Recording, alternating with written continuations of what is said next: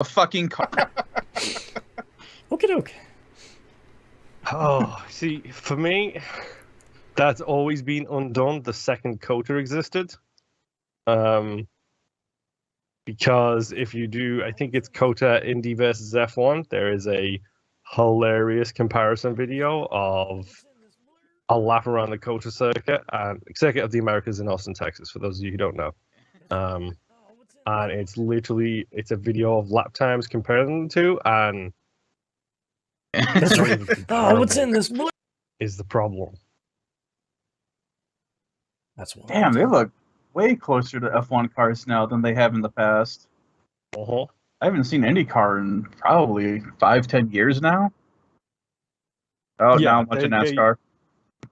Yeah, because they did the thing as well where like they took the safety design that F1 vetoed, which was just the windshield at the front.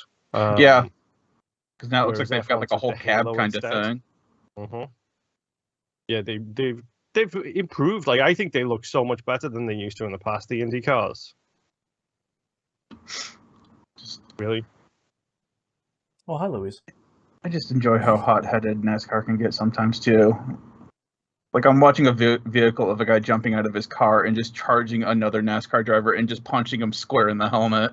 Great. Like no fucks given. It's like, Man. There's been some great ones in the old days of F1 doing that too. Mm-hmm. I think David Coulthard was pretty good about that kind of shit, where he would just literally, him and Shumi did not get along well. Shocker. Most people didn't get along well with Shoemaker. Now, I did hear an interview a couple of years ago from NASCAR about two guys that wanted to fight, but the one guy was like, he wouldn't take his helmet off. He was being a goddamn pussy. Tell him to take his helmet off, and I'll fucking hit him. I was like, jeez. She's like, jeez, man. Maybe that's why he's keeping his helmet on. Jeez. Calling him names, punching him? Come on. Jeez. Before we start here, Nimp, I don't want to spoil the reveal for later, but have you started playing a new mobile game this week? No, I have not yet. Okay. I do know what you're talking about, though. That'll be our closing game for the first segment. Okay. I was going to say, if you have been playing it like Moon and I, then we'll save it for the very end. No, you guys can talk about it whenever you want. Okay. I am looking at eventually doing it, but like everything else, I have a very short list of stuff that I have to get done before I start branching out again. Right. All right. Yeah. Are you guys ready to get started? And Louise? Fucking no, I have a cat on my face. I mean, she's not rubbing on the mic this time, at least. Not yet. That is an upgrade from last week. Yes, it's true. Can I put you down? You get you one of those overhead mics, or you can just hang your mic from the rafters right there. Yeah, there you go. Another thing for him to hit his head on.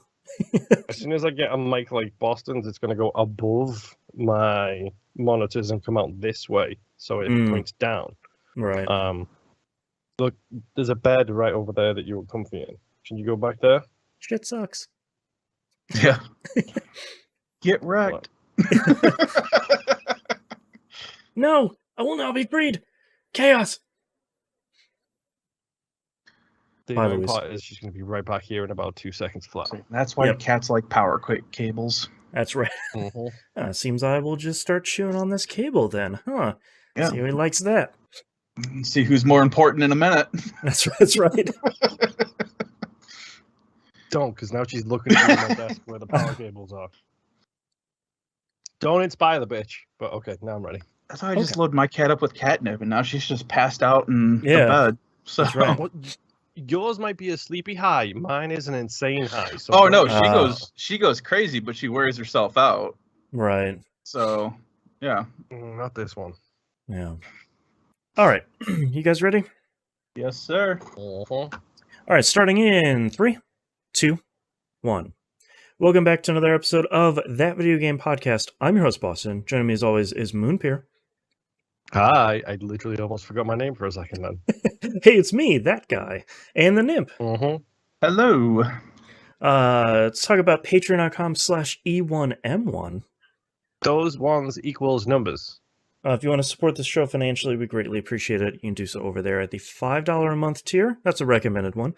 And also per month, not per episode. I know some people do things a little bit differently, but we'll do five Mhm. per month. That'll get you the access to the exclusive and uncensored Outcast. It's the stuff we talk about essentially before we say like welcome back to another episode of TVGP, all that stuff, and then the stuff between the breaks. And if you want to giggle at us saying swear words, that's the place too. Or if you want to join us with swear words. That's right. If you want to talk about the educational system or something else, we're talking about a little bit of Doctor Who and F1 racing this time. So, a throwback. You can get that over there. You get early access to We Roguelike It, sure, where I've roped Moon into playing every roguelike under the sun, which is definitely not an ever-increasing mountain we're facing. Thanks, Steam. And thanks Warhammer for selling your license for $2 because the Warhammer roguelike came out this week, apparently. I know. You just throw darts at a board and it's like, yeah, there we go. We got a name for a roguelike. Orcs versus rats? Warhammer. There we go. Great. Warhammer is picking up steam again, and it's getting dangerous. Yeah. And you get 2-month early access to Critical Misses. Sure, Moon and I are catching up all the media hits we missed. We're doing a little bit of a different season for season 17, which is going pretty swimmingly so far, which I like. And if you want to get a behind-the-scenes peek, you can get the Critical Misses production meeting, where Moon and I spend about an hour between seasons inflicting psychic damage on each other about things and movies we've forgotten. Yep. It's pretty good. So that's exclusive to the $5 tier over at patreon.com/E1M1. The ones be numbers. All right, Moon, what have you been playing this past week? Okay, I got 3 things to talk about this week. One we're saving for later. Yes. To make up for some of my co-hosts' deficiencies. Name names or point fingers. Gaming deficiencies. My other deficiencies are a topic for another show. Yeah, I saw the sun yesterday. That's right. I saw that. Yeah, I was out in the front yard. I touched a couple trees out on the trails. Yeah. A tree is not grass. Thank you very much. I was helping my wife do some new drip feed system on our front lawn. It was great. Oh, you got your wife into vaping. Yes. Yeah. I thought as we're getting older, we should really start vaping. She really took off with the peppermint mellow somehow. Yeah, she really. What were we talking about? Video games. Oh, right. Okay, so this one is obviously not surprising because, spoiler alert, I still haven't finished it, but Lego Star Wars The Skywalker Saga is still in my list. Mm-hmm. I have, to quote Professor Hubert Farnsworth, I have good news, everyone! Mm-hmm. My galaxy map is 100% complete. Wow. All right. So now all I have to do is the level challenges, the mini kits, that kind of stuff, and then the miscellaneous achievements that these games also throw in. Yep. Such as, I will always reference it. My favorite was from Lego Marvel. I think it was the first one. Lego Marvel Superheroes, I think it was. Yes. When you kill the Human Torch as Captain America, you get the achievement Don't I Know You, which because they're both played by Chris Evans. Classic achievement. I absolutely adore it. It's peppered with like 4 or 5 of those every one of these games, and they're all pretty good. Yeah, because they're all either deep cuts or super punny, which is always fun as well. So I'm fine with that. So yeah, I'm almost done. Yeah. Almost. The light is at the end of the tunnel. Let's say, what's your hour count at so far? I don't know. I don't want to know. I was going to say, I feel like maybe you don't want to know that. So, you know what? I have the Xbox app on my phone, and I can look up what your time is. That's why, dude. I don't look for a reason. Well, to give you an idea, the quote-unquote stud-related achievement, other than myself, is to get 10 billion studs, because they always have a really high number of studs in the achievement list. I got that about 20 hours ago. I'm currently sitting on like 31 billion studs, and it's like, well, okay, I was concerned about that achievement. You could have cranked that up a fair bit, you know? Yeah. Like, that would have gone absolutely fine. Who really cares? Yeah. So you're only I know. 3 days, 19 hours, and 37 minutes into the game. That's not horrific. Ouch. Well, that could That's be what there I'm could be a saying. lot of idle time there too. Yeah. There is, to be honest. 39 yeah, out of 45 achievements. Ooh, super close. Yeah. I'm getting there. Like I said, it's just I will get the last in a big bunch because it's complete all level challenges, get all mini kits, Yeah. get all True Jedi in all of the levels. Yeah. It's those. So I'll get them literally all at once right at the very end. You pop 4 or 5 all at once, and you have like 2 more after that or something. I am really enjoying the names of the achievements as well. Mm-hmm. There's one just called Gonk, another one Yep. called Jedi Business. Yep. I think Jedi Business is to get everyone to fight in the cantina, Yes. That one was which good. is hilarious. My personal favorite power, unlimited power, can fully upgrade all of the character classes. Mhm. Sure, why not? It's really good. Oh, although maybe my favorite, and I'm not a Clone Wars fan, so this means less. But hello there, which is to collect all characters. Yep. You gotta reference that at some point. It's great. It's fantastic. I love it. Anyway, it is a fine game. I am enjoying playing it. The end approacheth, and as such, I will get my 60 gigabytes back. That's right. It's huge. 0 I forgot gigabytes about back. that. It's so big. Like, I had to uninstall 2 games I'm not done with to install my next game, which I'll get to in a moment, which is Right. ridiculous. And it's taking all my effort, but I will not buy the DLC character packs for this game. I will not. I please will not don't. pay Yeah. $3 for Grogu and the Mandalorian, as much as I adore them. I Right. won't. Now, if they had achievements, Yeah. That's a different story.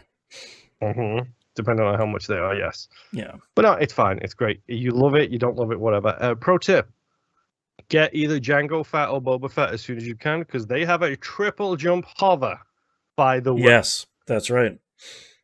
which is super cheating when you're doing the galaxy map challenges. Yep. Because it's like, oh, you've got to like put floaty blocks in the water. Number 1, put one person on a floaty block and then just move him over there. Mhm. Or number 2, put one down and then triple jump hover your way over there with Yep. one of the fets. It's a lot of like, how am I going to get over there? Oops, did it. Yep. It's really annoying. But again, good challenges, good references, good missions. I love these games for a reason.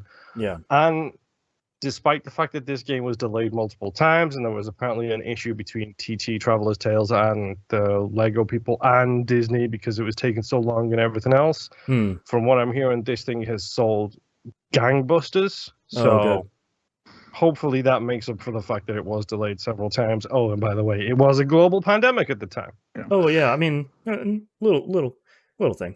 Well, that and hopefully it allows them to shut up when they say, yeah, this needs more time. Right. Because I'm pretty sure if they had released it as intended the first release date, we may be talking a different way about this game. Yeah. Oh, more than likely. Like, I will give TT credit for where it's due.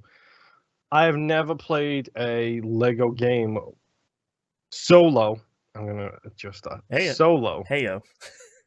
Where I've had issues with achievements or anything like that. That's true.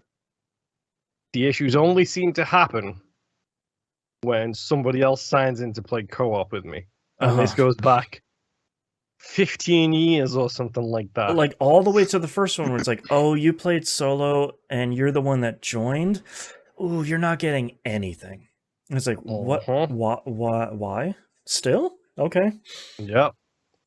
So yeah, I try to have 2 save files if I'm playing this with other people. I have one for myself and one for co-op because who knows if the co-op is going to break. That's smart. Yeah, that's a good idea. Because generally I play co-op less. So what will happen is we'll have the 3% save file, and then there's my save file, which is 97% complete. It's like 97.8%. It's like, please don't touch that one. This is the one I need. That's right. But no, it's good. It's fun. Whatever. Oh boy. Okay. Here we go.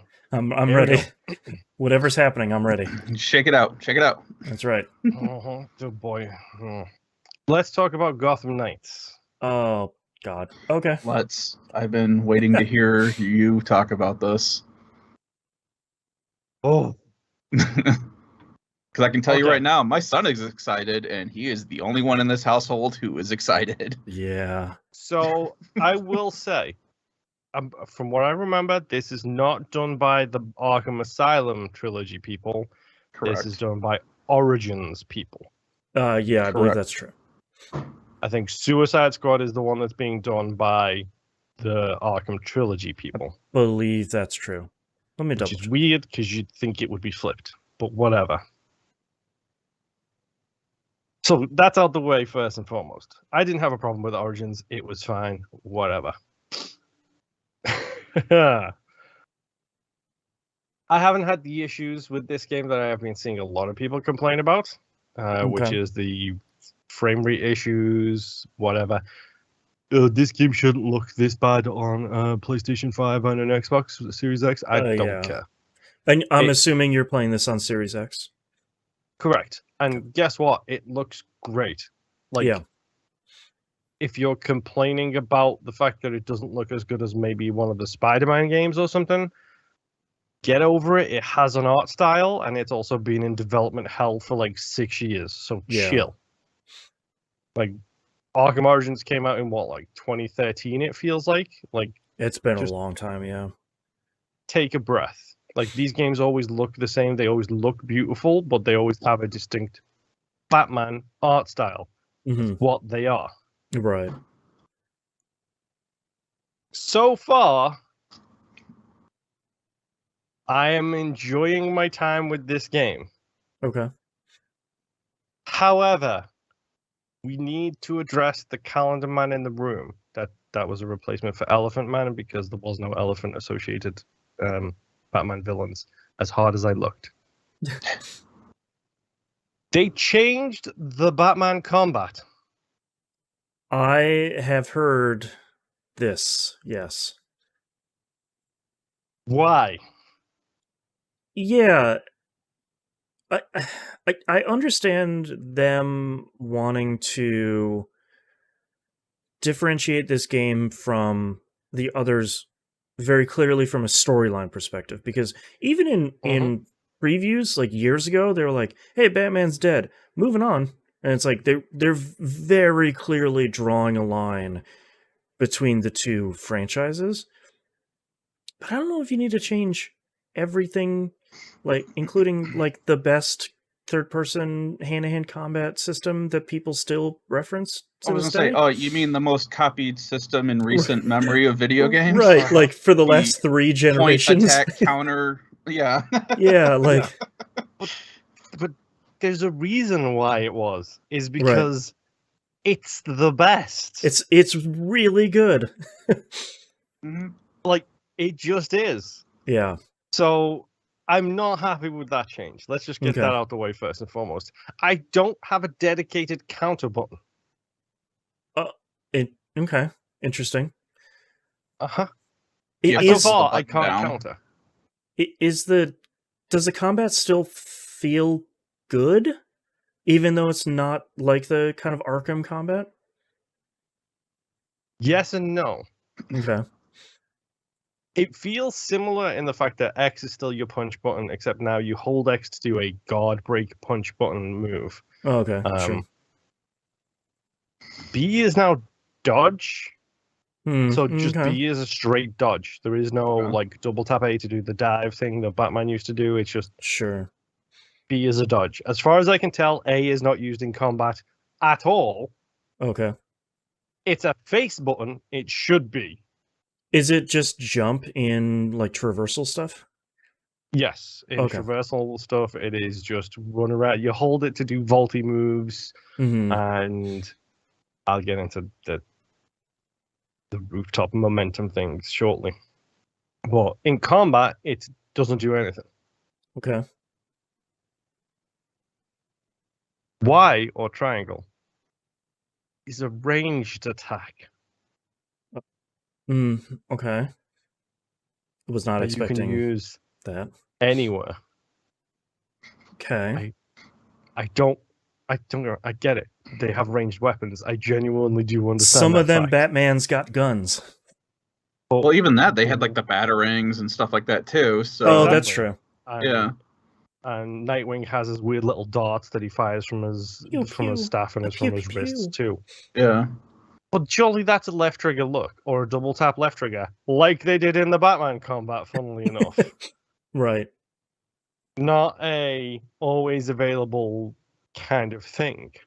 Well, and it's so funny because I'm sitting here thinking as we're talking, like trying to take a real look and thinking, is the Batman Arkham combat dated at this point? Like thinking, as much as I like it, trying to separate What's the next myself. revolution that similar to that kind of thing? Yeah, and like, Yeah. is it time to change it up? And thinking just like as you're referencing kind of the combat mechanics of it, just thinking like, no, you probably could have done that again, and that still probably would have felt really good. It's the combat in Spider-Man. And Yeah. everyone loves the combat in Spider-Man. God of They War had added very a couple similar things stuff. to it, to match with Spider-Man as opposed to Batman, but it's the Sure. same thing. I mean, it like look at the God of War 2018. It was very similar. It's just like if you have a third-person character action game, it's probably gonna be. It's like if you're playing a first-person shooter nowadays, you're gonna do left trigger, right trigger. Like Yeah. one aims down sights and then one shoots. That's just kind of how it goes by this point. So You sure there's a as hell little. not going to do the GameCube hold Z to aim down sights and That's then right. move the stick around. There's Which a lot to. only moves the screen once you get the reticle outside of the dead zone, which Right. takes up most Exactly. of the screen. So like there's a lot to be said for kind of control muscle memory here of just like, well, Yeah. this is like, it literally is a Batman third person fighting action game, so it should control like they do. They redefined the genre. That's They right. did. Mhm. And in some parts they had defined it. Like that was the first one where it's like, oh, I Exactly. can do combos. Ooh, all right, cool. Uh-huh. Oh, And I it can was counter great. stuff. Yeah. Look at Yeah. everything that came after it, like True Yeah. Crime, Sleepy Dogs, Spider-Man. Sleepy All of Dogs? the games that came after use this combat for a reason. Yep. I should Shadow play of Sleeping Dogs again. Mordor. I was actually going to bring Yeah, that up. Both that's those right. Mordor games That's like- true. rip it 1-to-1. So. That's right. Uh-huh. It's Shadow of Mordor. ridiculous, and they changed it, and it's so confusing. And Yeah. it doesn't help that it. And I can't remember where I read this, but it does appear to me like they took a hard left turn at some point in development and moved this away from a games as a service game. Oh, interesting. Okay. Did it have like Because I have the ghosts of it in there? I have experience points and stuff like that, which is fine. That's part of the Batman franchise forever. Not a problem. And like at all. Assassin's Creed does that nowadays. Like that's not uncommon. Exactly. I have color-based loot. Okay. and Not a too crafting unsurprising. system Oh, there it is. Okay, sure. and a whole there's like 15 submenus on this thing, and I've only hit like 4 of them so far. I was gonna say, Yeah. do you have as many currencies as there are colors of the rainbow? Well, Not and yet. like if you look at the kind of equip and crafting menu in this, it really looks like a live service or mobile game sort of thing. Like I don't inherently think that's a bad thing because if you've played a lot of modern stuff, it's immediately pretty readable. But it really looks like there could have been like a season pass in there. Well, don't worry, there is a 4-player like wave-based mode coming soon, so that should be great. Also, oh my god, I cannot believe that a game with 4 bat people is only a 2-player game out of the gate, and the 4-player mode isn't going to be all of the bat people in the game. Uh-huh. So this is where it gets so much more stupid, because I think this should have been a 4-player game. And Yeah. by the way, don't give me none of this, the Series S is hindering development BS. Like, this game has been troubled since way before that thing was announced. So Yeah, don't and even like start with that. developers have been complaining, not developers for this game, but other developers have been complaining about Microsoft's insistence of the Series S being kind of your baseline for performance. So I think people are kind of misreading that feedback, shockingly, on the internet. But Who would have thunk? This game has been clearly publicly in trouble troubled for a very long time. For a while. Yeah. So. Oh, okay. All right, we talked about the ugly. What do you like about it so far?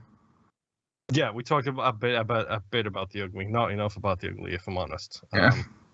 I don't like Barbara Gordon's purple. It's too vivid. Go away from me with that mess. Okay. Purple? It should be a dark purple. Oh, her costume. Got you. Okay. Yeah. Yes. Well, I'm sorry, but you're a Batman. He wears grays and blues. Yeah. Bright neon. Purple. Yeah. Running around with Easter pastel colors on. Yes. I started as Nightwing. He has been my chosen person, so that's right. You can call me Dick. That's fine. Right. And it's perfectly acceptable in this intonation. I do like, minor spoilers, Alfred is still alive. He calls him Master Richard. I love it. It's a nice, sweet really little touch. The way this game works is every night you go out on patrol. And on that night, there is only specific crimes that take place. Oh, interesting. So there is premeditated crimes, crimes of opportunity. There's like 4 or 5 different kinds of crimes. And this is where the lack of the 4-player really sucks. Because when you load an open world game and you finally gain control of the character for the first time, I'm hoping I'm not alone in this. What's the first thing that any of us does? Jump, grapple. Yeah, figures out the jump button. Other than jump button. Okay. See what you can destroy. I usually accidentally throw myself off of a tower and I'm like, oh, there's fall damage. Okay, let's reload that save. Yeah, good point. No fall damage, because they've all got whippy things. Oh, okay. Now, I made the mistake of going into the map. Oh, no. Did it just throw up another tutorial and barf everything onto it? Zooming out. Yeah. Here's all the icons. Ping, ping, ping, ping, ping, ping, ping, ping, ping. No, actually. Oh. Well, Gotham is huge. Like, and I mean, huge. That was the part that scared me. I was like, you have to go find your bell towers so that you can start getting the icons. That's right. I am in the belfry. Thank you very much. No, it doesn't do that. So the way this works is you have an AR scanner. Because, yes, everything uses augmented reality in this one. And that is a ping that goes away from you. Okay. Stop me if you've heard this before. You should leave the hinterlands, Moon. Yes. And then it scans the local area. And generally speaking, the only thing that's going to show up right now for me, because I'm only level 1 and I don't have a collectible detector or anything like that, is crimes of opportunity. So it's people getting mugged. It's this, that, and the other, which seem to respawn infinitely. Okay. But the thing, as you beat them, you get experience points, you level up, you craft on new gear. I just crafted some sick new batons for, or batons for Nightwing. All right. But you also collect clues. So these clues are for premeditated crimes. So these are hints that a crime is going to take place at a different place. So the one I just got was, there's a snitch who's in detention. Or he's in a safe house, and these bunch of criminals are going to go and try and kill him on a different night further down the line. Okay, so it's like it's playing into the detective stuff of Batman.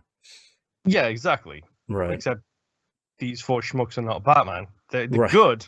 Right. The closest to Batman is probably Batgirl, because she's the smartest of the lot of them.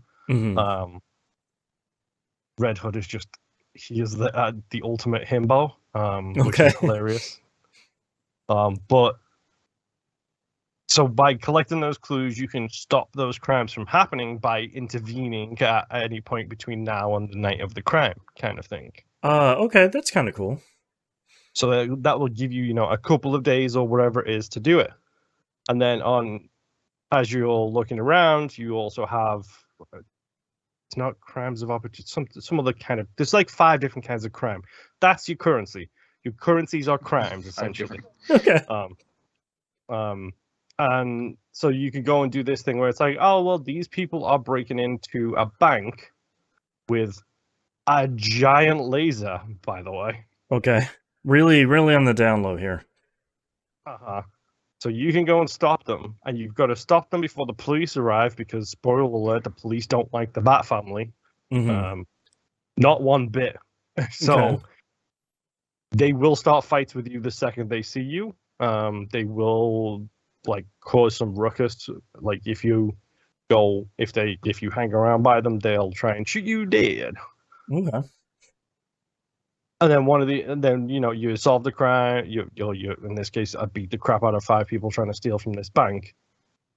Then I get a radio interception. The cops are on the way, so I've got a certain amount of time to finish my business and get out the door before the cops arrive and start trying to take me down for taking them down. Okay. Cool. So there's this really good antagonistic relationship between the Bat family and the cops and the 5 different gangs that are currently out and about. Because so far I haven't seen any of the classic villains. So I haven't seen Joker, I haven't seen Penguin, I haven't seen any of those. Okay. Except for one. Okay. It's not the Joker, so it's got to be Batman's other greatest villain. It's Ra's al Ghul. Who is literally in the intro sequence. That's all Right. I will say. He's at the beginning of the game. Things have happened since then. This very much feels like a new generation of Batman, where it's like, yeah, forget all that. We're all about the Court of Owls now these days, which I don't know who the Owls are, so I don't know if they're in this game, to be honest. Right. Yeah. But that whole setup of this is the night, these are the crimes that are taking place, these definitive ones and these random ones that you can choose to solve or not. I really like that as a concept. Yeah, that sounds cool. And then everything around it is clunky as hell. Like when you do the AR ping, you've got to tap down on the D-pad to do the ping, or you hold down on the D-pad to do AR aiming, which you do to solve crimes. One of the crimes I found was a dead body. So in order to solve the crime, I had to look at all these clues and then basically do a logic puzzle of, well, how am I going to solve this crime? Does A, B, or C tie up to 1, 2, or 3? Okay. And then it pick one on the left, pick one on the right, hit the solve button, and hopefully you solve the crime. Okay. I haven't failed one so far. That should tell you what you need to know. And there's been 6.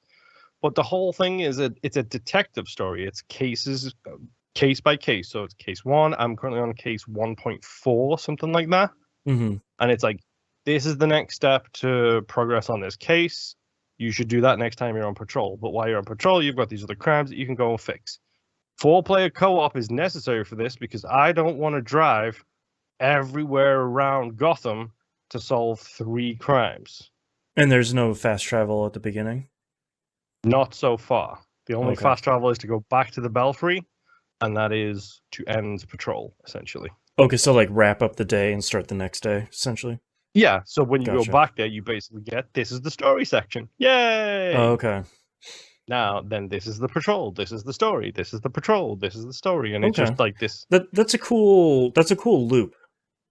It is, and I think conceptually it's amazing. There's just so many little niggly things that are just getting to me a little bit, like the combat being not vastly different, but just different enough where it's like, do you remember you used to get in the, wasn't in the group, that's a music game, in, I don't know, whatever. You used to get in the flow in Batman. You get a combo meter. When the combo meter flashes yellow, you can hit 2 buttons and do a special move. Yep. In this, those special moves are now assigned to right trigger and face buttons. Weird. Okay. That's always weird when they do that. Or you have the modifier for a random. Yeah. Yep. So I'm starting to get used to that, but in order to unlock my second special move, I need to complete challenges. And they have different challenge categories until you become quote unquote legendary. So I've got to go through and do these bunch of challenges, like kick defense off 5 of these people, blah, blah, blah, blah, blah. There's a skill tree. It's like, it's split very much like the old Batman games, at least with Nightwing, with 3 different things. Melee, stealth, and movement, I think it is. Okay. But so far, because I'm not quote-unquote legendary, I don't have the glider. Oh, okay. So when I want to get around Gotham, I'm firing my stupid beamy stick, my grappler gun that's in my staff, onto a rooftop, doing like hitting the A button to jump off it, like Spider-Man does in the Spider-Man games when you It's like vault hit something yourself. and jump. Yeah. Yeah. And then hitting the sticky thing again to the next thing, and so on and so forth. That's great if you're Spider-Man. Yeah, like it feels natural as Spider-Man, where it's like, yeah, of course he's gonna like curl up and pew, like shoot himself off. Yeah, cool. Yeah, he's not going to hit that ledge that he's vaulting towards at Right. 50 miles an hour. Right. Yeah. This is Nightwing, who is trained to the peak of human performance, and blah, blah, blah, blah, blah, blah, blah. I don't care. Some comics thing. I want to glide. It feels good to glide as Batman. Like that's a cool thing to do. Especially in the Arkham series when everything goes quiet and all you hear is the Yeah, Yeah, like that just cape. blend. The Yeah. cape came out, and every time you're like, man, that looks cool. Ah, Batman. Yeah. All right. especially when you get the grapnel gun upgrade and you just shoot yourself off the yeah. top like a cannon and it Yeah. goes even higher and further. Oh, so But good. no, I'm stuck doing like front flips and barrel rolls through the air. I was like, Whee! uh-huh. You're getting The the other real option- Arrow experience there, huh? That's right. So do 100%. Like he's hitting the edges of things and then doing like sideways cannon rolls to land on his feet. It's Right. just like, oh my god, no. Please stop.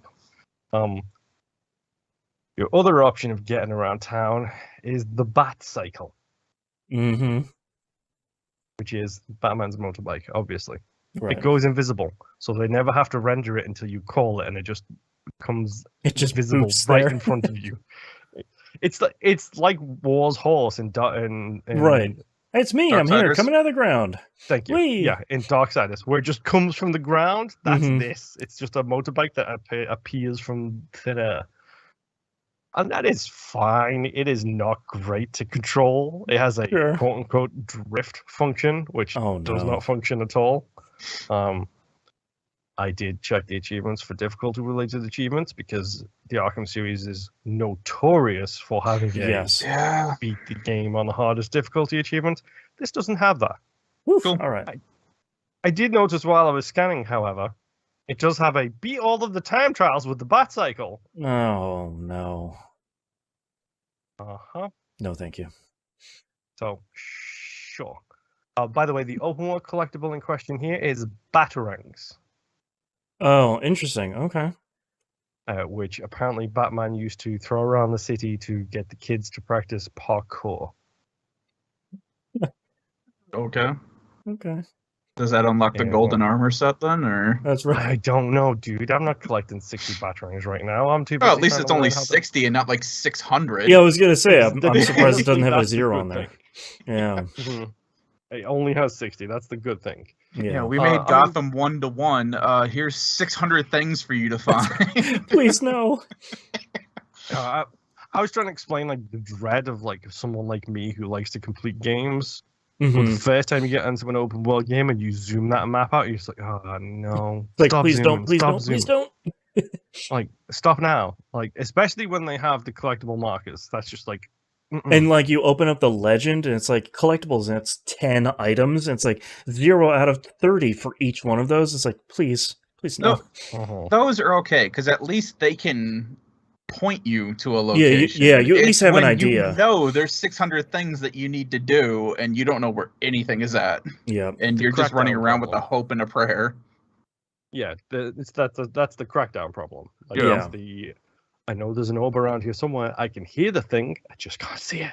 Where is it? Oh, well, There's IGN also- made this Google Maps map of it. God, And it's yeah, like, and- oh no. The worst part is when you're at 599 and you don't know where the 600th one is, and Yeah. Uh-huh. then you start really wondering what's better, figuring this out or just Or quitting starting. life. That's right. But no, like so far, there's certain aspects of the game I am enjoying it. Like I do think it looks solid. Like I said, I haven't had any frame issues. Still learning the combat. I'll let you know if that feels different. I don't like the fact that I can't counter. That is the thing that's killing me odd. right now. Yeah. Because that was always my favorite thing in Batman games, was like just the hand up, the pat. Nope, I got you. Especially when they with the sequels, they did the multiple counter, and it's like pa. No, I got you. Well, and what's interesting is watching this gameplay footage we have here on the stream. Whenever enemies are coming like with a bat or something, there's a very clear like this bat is coming to swing at you notification, and it's like, great, I need to counter. Nope, can't do that. Yep. Instead, you It's dodge. Yeah. I did unlock the ability to do the perfect dodge. Oh, I like that. Which basically he does a small dodge, and then if you hit attack, in Nightwing's case, he does a backflip kick and sends people flying, which is hilarious. All right, that's pretty good. His default special like momentum move is the boop, I've come to call it, where he just springs up and then just lands 2-footed on top of somebody like Mario, and it's just like, okay, fine, I'm just gonna call that the boop from now on. There is a lot here I'm enjoying, genuinely so. Mm-hmm. But look what you've done to my Batman. What have you done to my beautiful Batman? They massacred my Batman. I don't know. They're just keeping it canon, man. Batman is dead. That's right. Everything has to change. Gotham has to change. You can't counter anymore because Batman is dead. That's right. Dead. Yeah. Dead. We'll see where the story goes. Yeah, I was gonna say it doesn't help that the first character you see is the guy who could revive anything that's dead. The guy with a pool that brings people back to life. Yeah. Yeah. Sure. Yeah. We'll see. I'll let you know more thoughts as I go. My final game this week, and I'm going to make this quick because I've played way too much of it, but it's a simple game. Pop Town, I believe it's called. Disney Pop Town. Yes, Pop Town. Disney Pop Town. He was quick on that, by the way, Nymph, because I told him where it was beforehand. Yeah, that's fine. It's a match 3 puzzle game, basically. With Mickey's face. Yes, with a whole bunch of balloons shaped like Disney characters. Oh, I wonder if the wife is playing this one too. On the video screen right now, on the live version, we've got the alien from Toy Story, Daffy Duck, the genie, and Mickey. Mm-hmm. You pop the balloons. Each level gives you a different quest. Sometimes it's destroy the crates from one side of the map to the other, so that your avatar can go from left to right. Mm. Sometimes it's just destroy crates. Sometimes it's destroy crates on a specific type of balloon. Other times it's break the ice to collect people, to make people move. Mm-hmm. The most recent one I got was it was move the clouds. Okay. So you had to match colors on the clouds, and then the clouds would basically move like a moving bridge to wherever the person was walking. So this game's probably been out a while, if I'm completely honest, because there is like 26 worlds in this thing.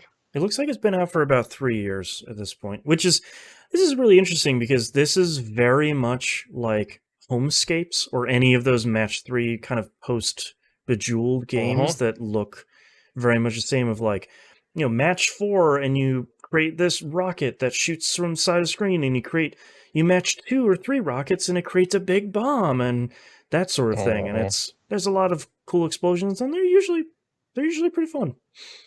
Yeah, and in my case it's cute and it's family friendly, which was a very important thing for this cellular device based game that I'm using. So funnily enough, Boston is actually at the video that he's showing is the very start of the game, where you go back to your old town after moving to the city, and the town is all defunct. But your best friend has a plan to revitalize the city. Oh, okay.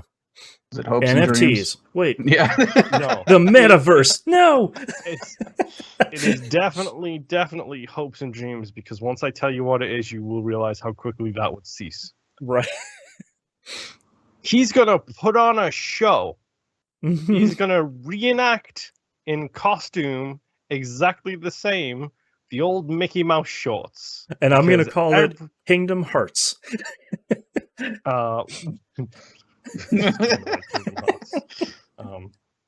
But he literally is trying to reenact the old shorts. Okay. So he's trying to put on a fan-based product, which is a recreation of a Disney product. So like a fan fiction Steamboat Willie. Kind of, yes, but he's just going to do Steamboat Willie, but he's going to dress himself up as Mickey Mouse instead. That's pretty good. I like that. It's pretty good, except Disney would never allow that. He would be sued into oblivion before that thing even got off the ground. Sort of Disney's thing. Like, ever since they stole Oswald the Rabbit, that's been their thing. You can see the house, Boston. It's got the three circle symbol on the front of the house. Right. Yeah, unless Disney owns Mickeys. this town. Yeah. They own this town like they own that town in Florida. Well, they need to, because otherwise this guy is just not going to exist anymore. He's just going to get done. Like, just remember, nobody dies on a Disney property. That's right. Yeah, he'll be vanished. That's I was just gonna talk about like story beat halfway through Final Fantasy VII, and I'm not gonna spoil it for anyone. Dude, it's Final Fantasy VII. Come on. Yeah, there's a lot of people playing Final Fantasy VII for the first time. There's some good stuff that happens in that story. The kids, and F them kids. If those kids could read, they'd be really upset right now. F them kids, huh? Yeah. But the game is fine. It's exactly what I need it to be, which is a dumb, brainless match 3 game where I'm moving things to make things go pop and then I'm getting health. The downside is this game's got like 60,000 costumes because you can cosplay as your favorite Disney characters, because of course you can. Mm-hmm. And you have a season pass, because of course you do. Yeah, of course. Which is themed to your movie of choice, by the way. Okay, that's how they get you. Cool. And there is like 7 currencies I've seen so far. There's like coins, gems, silver costume tickets, gold costume tickets, rubies. It's ridiculous. Platinum bars. Yeah, I was gonna say. Yeah. I'm playing it to match 3. That's all I'm doing. And I'm enjoying the dumb story of, you're going to start on this level. Now use that star to rebuild these benches. Woo! Yeah. That's very much the Homescapes thing, where it's like, you completed 3 levels, now you get enough stars to put down a little bit of a little lake in the middle, a gazebo. It's like, okay, cool. So like all of the outfits have different special abilities. So once you start getting an outfit, you can use that special ability. Each world has a theme, and those themes give you different outfits. I've played Kingdom Hearts before, yeah. Those outfits. No, we're about to go Final Fantasy 11. No, 10-2. 10-2. Yeah, 10-2. So just as we're starting to get all the zippers. Yeah, you're telling me all the dress spheres are in here. I'm sold. I'm downloading. Except in this case, they're closet spheres, where you get a closet full of outfits. All right. And the more outfits you get in that particular themed closet, the stronger those outfits in that closet become. The legally distinct dress spheres. I like it. Yes. It's full of this stuff. I've got on the left-hand side of the screen where it's like, oh, these are the timed events taking place right now. I've got 5. Oh, geez. And one of them is a race-based one where you have to complete levels in order to progress to the next rank. I'm on level 3 because I came first twice. Because that's how fast I am, punks. Wow. But that puts you against actual other real people, and it's like this slot car looking thing where it's like, you completed 1 level. You completed level 2. Oh, yuck.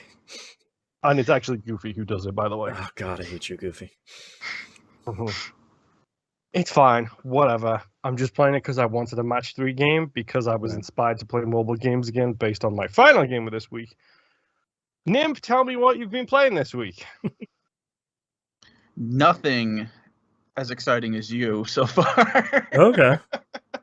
So I've been grinding a lot in God of War.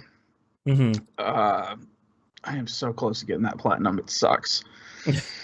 I did all the grinding. Man. It's I know. Always the last 10% that kills you. Yeah. That's right. I have completed grinding in the arena in the lava world, Oh, right. which there are 6 areas. You have to complete the areas 2 times. Yeah. Or actually, the first 5 you have to complete 2 times, so a total of 10 times. You get to the 6th area, there's a Valkyrie there, who is actually the toughest Valkyrie I have fought. That one, I remember that one being difficult. Yeah. Once you beat her, you then have to go back and redo the quote-unquote impossible arenas, because Yeah. you defeated a Valkyrie. Luckily, though, you basically have to do these to get keys, so that way you can unlock the final challenge in the arena. You don't have to replay all of them, which is a godsend, because there is one particular one where you have to defeat 20 enemies, I think it is, and not take any damage whatsoever, as you automatically lose. That one was no fun. Yeah, I did that one, no problem, the first time, but I think they increased the number that you have to defeat the second time around. Oh, okay. And I did not want to do that, and luckily you don't. You only need 3 keys, so you get to pick and choose which arenas, that you're going to do to get the keys so you can complete the final challenge. Right. So I did the quote-unquote easier ones. They're all a pain and unlikable, but anyway, so Yeah. I did all those, got the last thing, got my trophy. Nice. Sweet. Thought I was done with arena type stuff until I end up in, I think it's Niflheim, which is the mist area. Right. Or the mist world. This one, when you walk into the mist, you have a bar that shows up at the top of your screen, and it slowly goes down. And once it completely disappears, you're dead. Yep. And it's not even that like your health starts going down. It's just you die. It's just this bar. Yeah.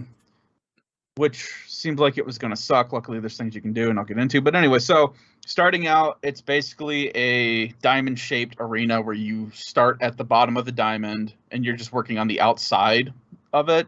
And you can either go left or right. It's randomized every time you do it, but the route is exactly the same. It's just dependent on in between, let's say, like Arena A and Arena B. The first time you see that, there'll be like walls slamming into each other, and you have to run in between those so that you don't get killed. Oh, that's right. Yeah. Or the next time you do it, there'll now be these spinning blades that you have to dodge now. And they're all set up slightly differently, and sometimes there's chests in those areas that you can climb to get away from them briefly, which is great, because while you're elevated up in those areas, your counter or your little gauge isn't going down because you're above the mist. Yeah. So you get a nice little breather. But eventually, the whole point of this is so that you can get mist echoes, which you find in the chests that are randomly scattered throughout this arena. Eventually, you get enough of those where you can create armor, which brings up your immunity to the mist in that area. So it will still go down, but it'll go down slower. For me, because I had my God of War armor set like completely maxed out, as soon as I put this new armor set on, that brought me from level, I think I was at 8 at the time, to like 6. Oh, yeah. Which in this game is kind of a big deal. Yeah. So that made the enemies a little harder. Go ahead. Question for the class. Did you say God of War armor or COD of War armor? COD. 'Cause I had COD. COD. Yeah. Okay. Is it all fish based or Yes. like So shooter based? It's still based off of the original, what was it, humor armor, where you would look like a full-on COD running around with the Chaos Blades. Yep. The only thing that sucks is that it just looks like scale armor. Yeah. You don't have like the helmet or anything in this game, so it doesn't look right. But it's surprisingly powerful once you max it out. Yeah. But anyway, so with this new armor set, it brings up your immunity, and as you upgrade that armor set, it increases your immunity to the mist. And it also allows you to regain like little bits of health here and there. Like it's constantly regenerating health, but it's not really noticeable. It's not something I would go out of my way to get if it wasn't for the fact that you would last longer in this area. So the whole point of all of this crap is that in the middle that you can go to right off the bat, there's a bunch of treasure chests, and there's like 3 different rifts.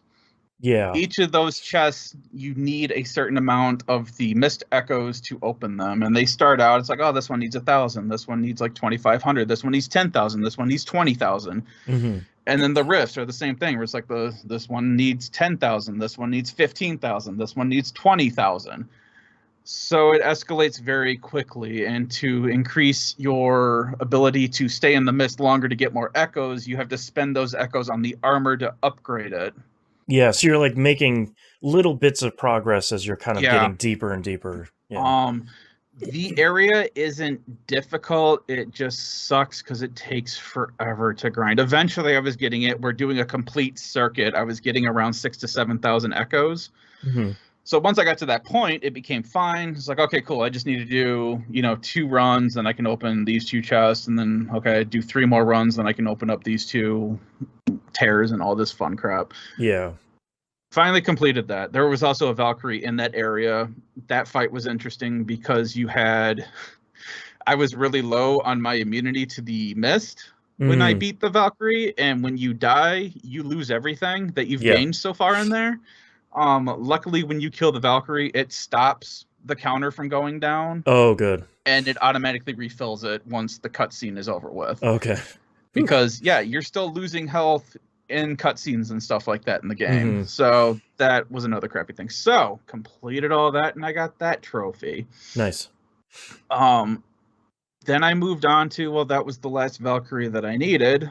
Let's go check out the Queen, who I did not beat my first time playing this game. Right. That wasn't that hard. It was actually harder to find her than it was to actually fight her. Oh yeah. For me anyway. She pretty much has all the Valkyries kind of fight differently from each other, and they have their own movesets and their own abilities that they're using. The Queen has access to basically everything that they use. So she dumps everything at you all at once. You cannot stun her at all like you could the other Valkyries. So that's something that you had to kind of get around, that, I can't stun lock her into submission like I could the other ones. Right. It had gotten down to, I think it was about a good 25-minute fight, and I had used my only revive stone when she was on like the last chunker of health. Mm-hmm.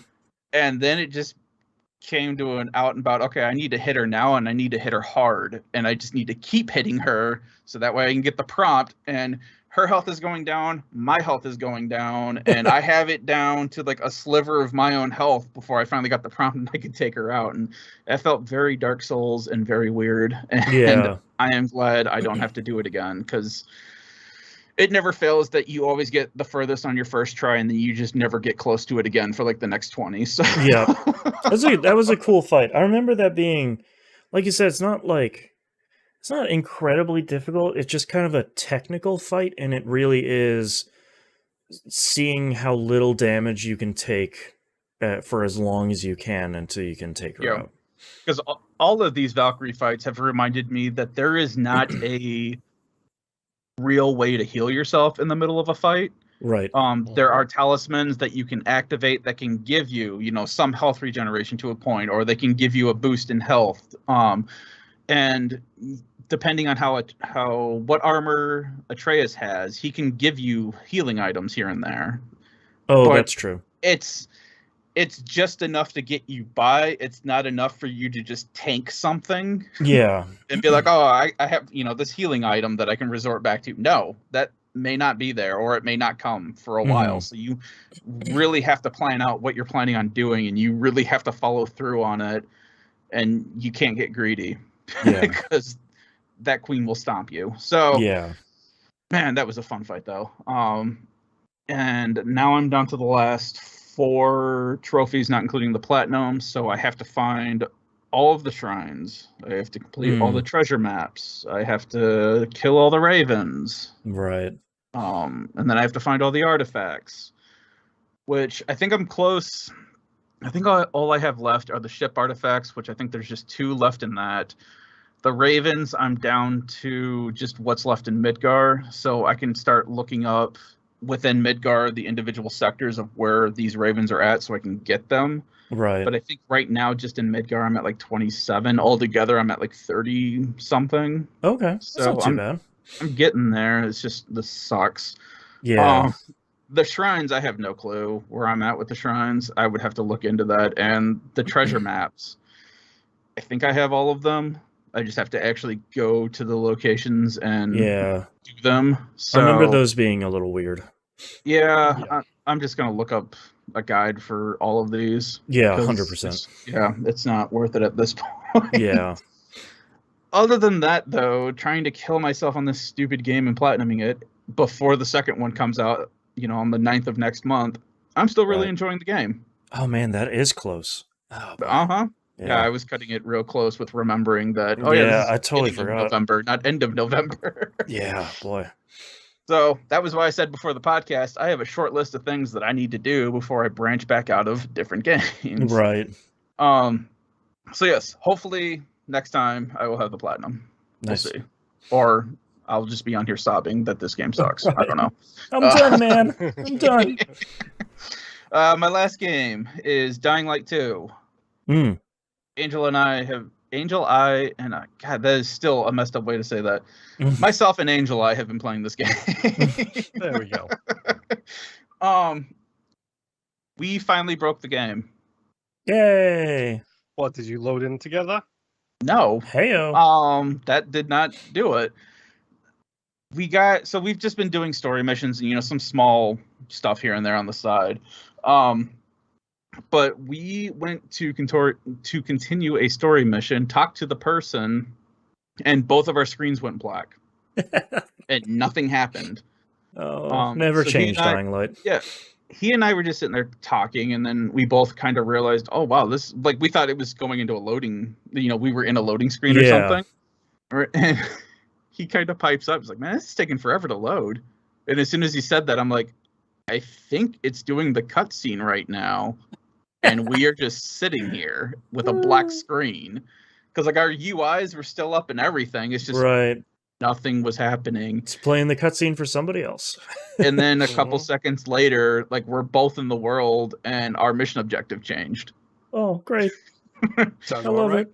Yeah, so whatever. Neither one of us is really paying attention to the story, much like the first game. Yeah, so you're not that upset about missing a cutscene. It's that's fine.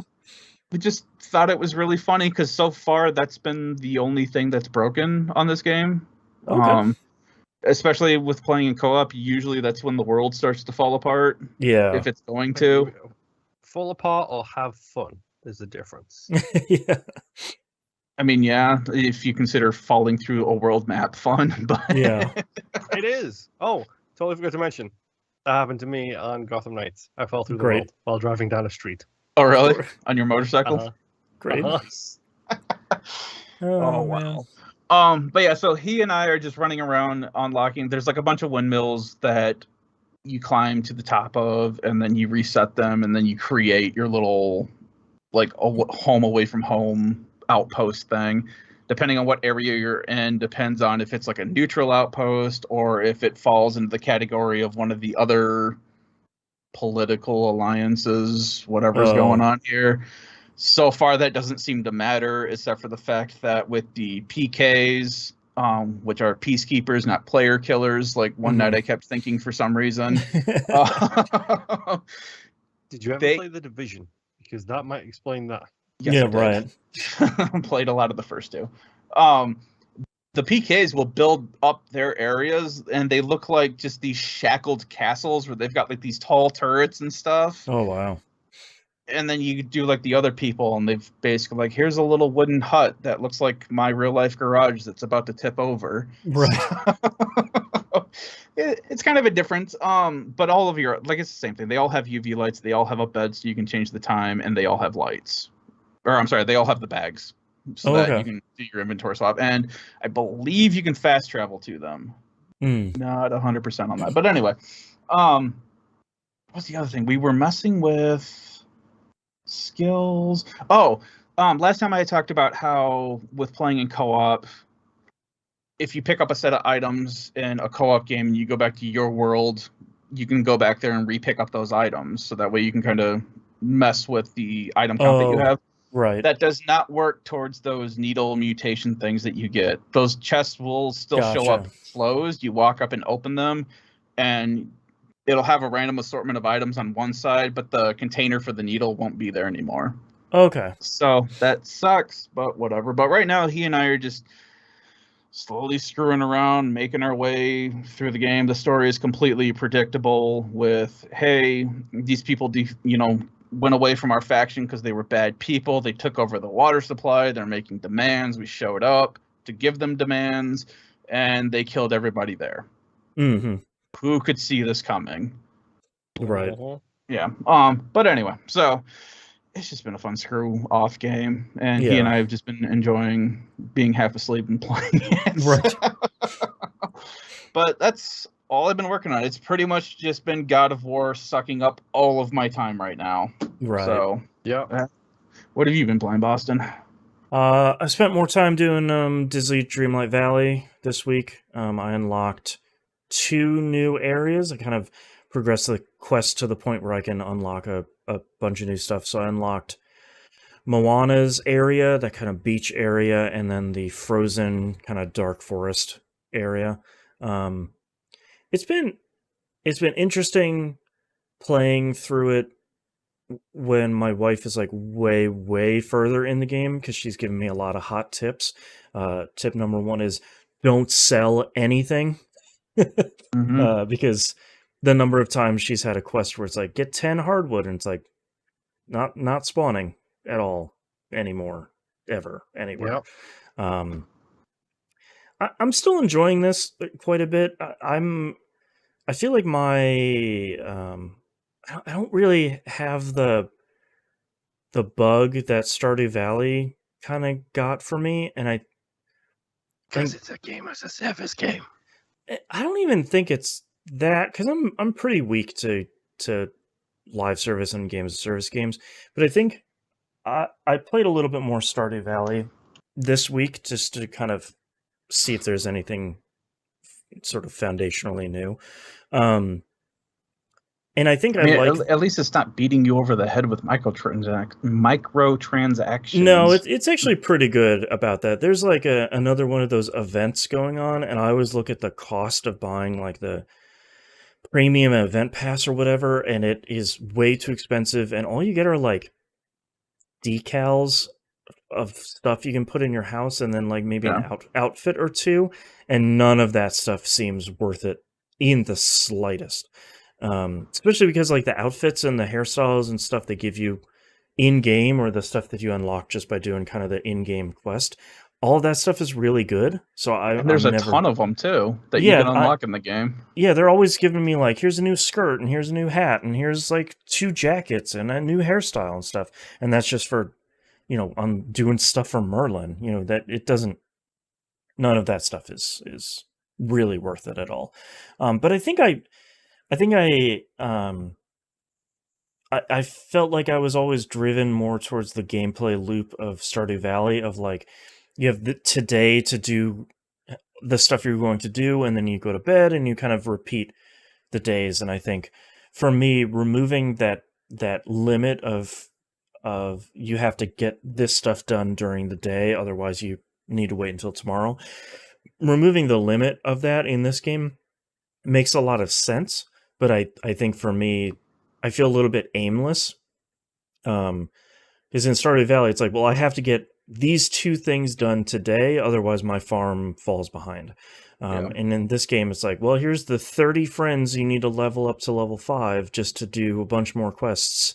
That's going to have you combine a bunch of stuff and cook them, and then Remy's going to be happy. And I haven't felt that pull in this yet, which is...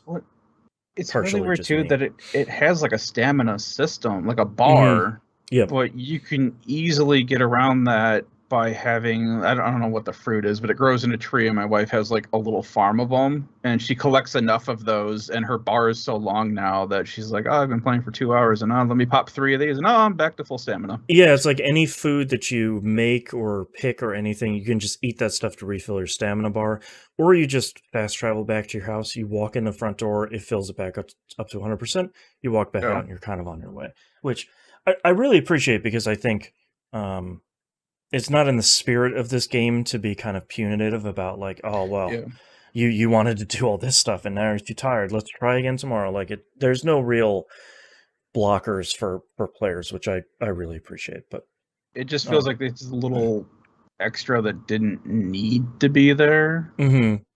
But Yeah, I still whatever. really like it, but I feel like at some point I'll probably I hop in there for maybe an hour or so a week, and I kind of like do a couple of missions and get a bunch of stuff done. I feel like at some point it will grab me to the point where I'll sit down and be like, I played 10 hours of it this week, but that hasn't really happened quite yet. And that's not the game's fault. That's just me not clicking with it right away. So, the game that I did spend a whole bunch of time playing this week is I finished Death Stranding. Yay! I Delivery got- boy completes his mission. That's right. My mission is complete where I spoilered the spoiler and did the spoilers. The ending of that game still sucks. God. Like, it's just like, there is... You made it. Yay. Yeah, like, I really don't want to spoil it because I know a lot of people are playing it because of PlayStation Stars. And you should play it. Even if you don't And like also it. Game Pass. Yeah, that's true.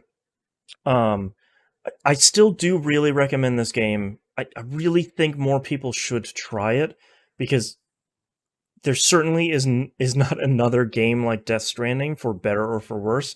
Like it really is a Kojima game, and it really is something that's dramatically different from a lot of other stuff you're playing. And you might not like it, but at least like get to the point where you're in chapter 3 for a while. You get through the tutorial, and it kind of turns you loose to do a bunch of deliveries. But the ending of that game is still... I had a lot less of a problem with chapter 10 or 11 or whatever. There's... Because of what happens in the story, you kind of have to take a trip back kind of across the main area of the map. That went a lot smoother this time, I think, because I took a different trip than last time. I tried to like game the system last time, and the game is wise to that, I think. Yeah. So I just kind of followed a well-trodden path this time, and that went a lot better. I still don't like the very last chapter. Sorry, the second to last chapter of that game, where you're just kind of waiting for a while. Again, no spoilers, but that just still sucks. It's just boring. There's a lot of story, and there's just a lot of waiting for a really long time. But I am in the thick of trying to platinum this game.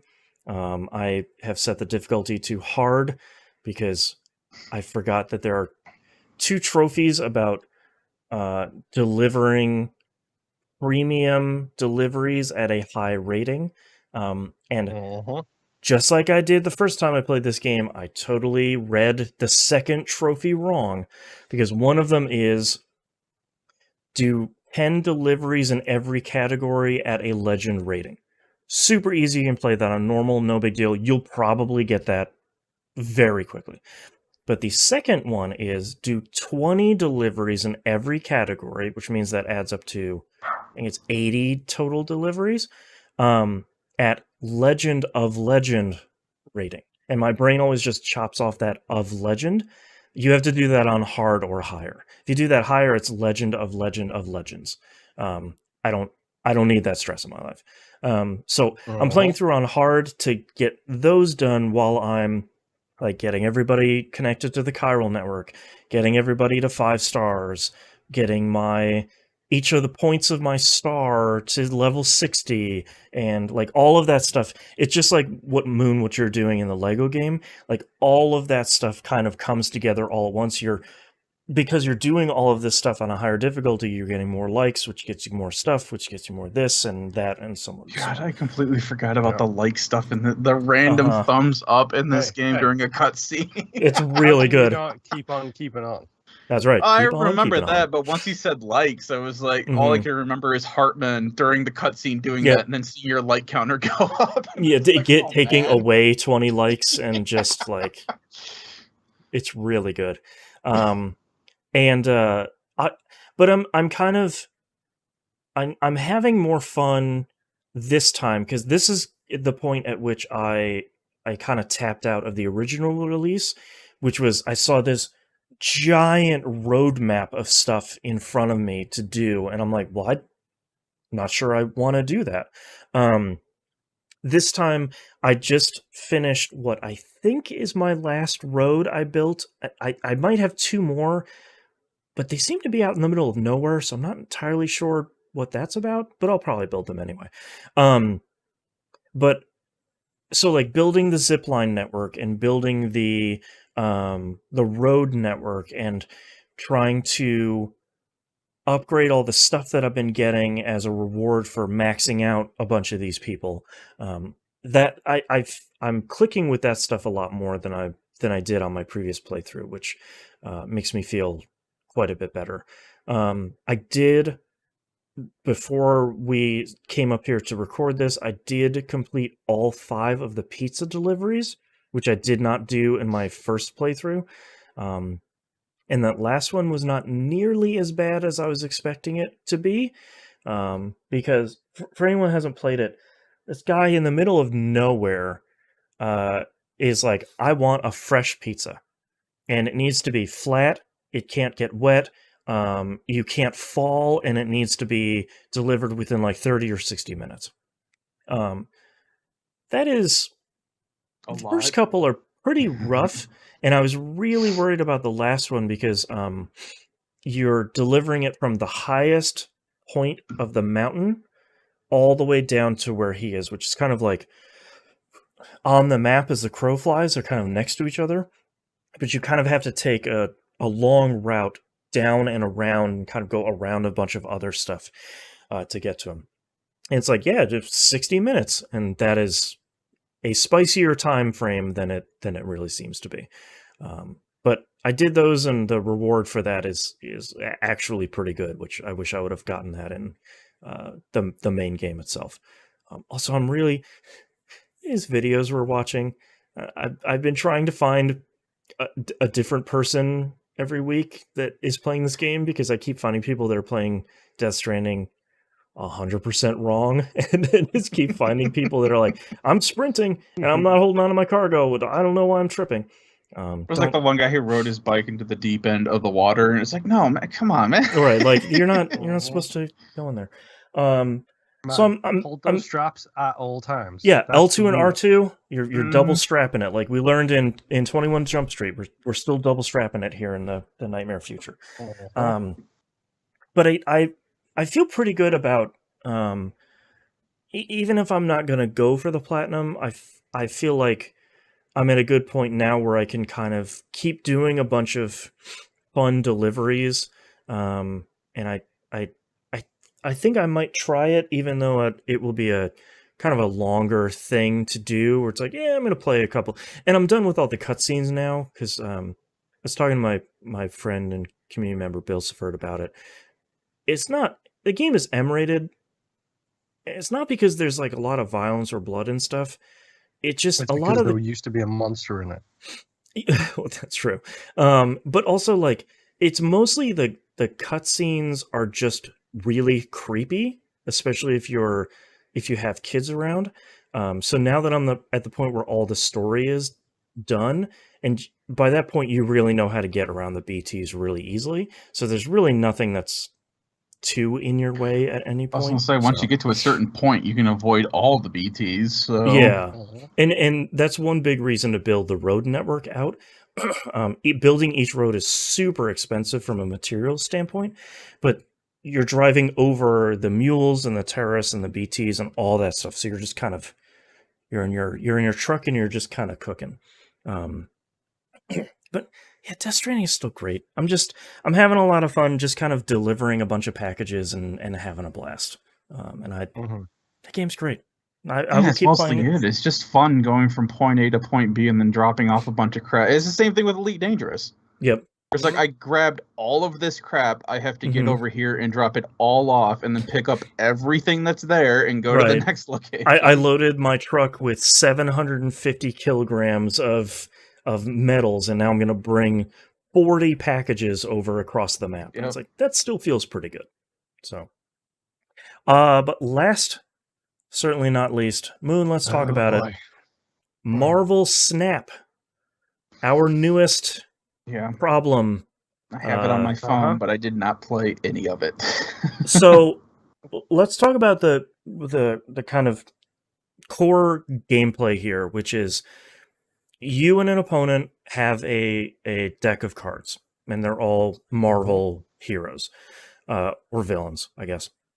And there are 3 areas on the playing field. You need to control 2 of those to win. Yep. And you can, or if you control one and a tire another one, and your power differential is greater on the one you control, you still get a win. Yeah, they do. It's a real smart tiebreaker situation where it's like, yeah, both of you only control one of them, but you had the most points, sort of on the board. And that's kind of the great part about Marvel Snap is, one, it is super easy to, like, after you play your first match, you're like, oh, okay, cool. Yeah, I get it. One of the dudes who designed Hearthstone designed this. It feels very much the same way. That's why it feels like Hearthstone. Okay. Right. It's very much the same thing where it's like you play your first match of Hearthstone, you're like, okay, cool, I get it. Like same with Marvel Snap. And matches it is worth mentioning that the locations will have, depending on the location, they will have effects. Yes. So will certain cards, but I'm sure we can get into that as we go. The other selling point of this game that I wish more people talked about, matches are fast. Like, 2 or 3 minutes is going to be the average match time you're going to play. Very, very rarely do they go anywhere over that. And it's largely like, you can tell the person that you're playing against is like doing something else while they're playing. So like turns are not going very quickly. There's only 6 turns. Like Moon was talking about, every once in a while, one of the zones will have like, there's a 7th turn this match, and things get really wild. But they are fast matches, which I think is why I have played a lot of that this week. Same. What's your collection rank? Hold on. I will actually check. Mine is 105. I think I might be higher than. Yeah. So I have a problem. So here's the thing, while Moon is looking that up, here's the thing that I think they do is really smart. There is monetization in there. I haven't spent a penny, and I don't, unless I max out the season pass, I'll probably buy it then. I don't see a reason to spend any money in this for any reason. So the only real reason that I've seen so far, and it's not even a reason, is because I have 0 credits basically at the moment. But that's also because I use a lot of my credits on those fast upgrades in the store to just get my collection level up. Right. By the way, every day go into that store because there is a free 50 credits that you can claim in the store every day. Yeah. So if you're starting to play this, or if you're already playing it, check out the store. It does have free 50 credits every day. But everything else about it is purely cosmetic. Yeah, and it's really interesting because I was talking to Billsford the other day, and I was talking to T-Bomb as well. This game does something really interesting that I feel like they could monetize the heck out of. Go ahead. 150, by the way. 150, okay. Yeah, I'm at like low 100s. And we'll get to what that means in a second. But what's really smart is every time you finish a match, win or lose, you essentially get, a lot of games call them like character shards. And it's essentially like collect X number of them and you can upgrade your card. And the thing that I think is so smart in this game is when you upgrade a card, it does not get more powerful and it does not get cheaper to summon. It stays exactly the same. It's only a cosmetic increase. Which, what is your highest cosmetic color right now, by the way, on your cards? Legendary orange. I haven't done the next one after that. I'm like 4 shards away from getting my orange to the next one. Me too. Come on! So what's really cool is the cosmetic differences. They have variants of cards. So they have like a pixel one, a chibi one, like a different variation one, a baby one, stuff like that. It doesn't change what the card does. It just changes how it looks. But if you upgrade... And they also share upgrade pools, by the way. Yes, which is really smart. The thing that I'm like chasing so much on this game is not necessarily each individual character, but upgrading each one of those. So like when you upgrade it from uncommon to common... For the live stream people, that is Squirrel Girl, and that is Pixel Squirrel Girl. Right. Awesome. Yeah, so, and they have like a variant cover of it, which is like another comic book cover. Yeah, there's Ant-Man, and then like baby Ant-Man is like another version.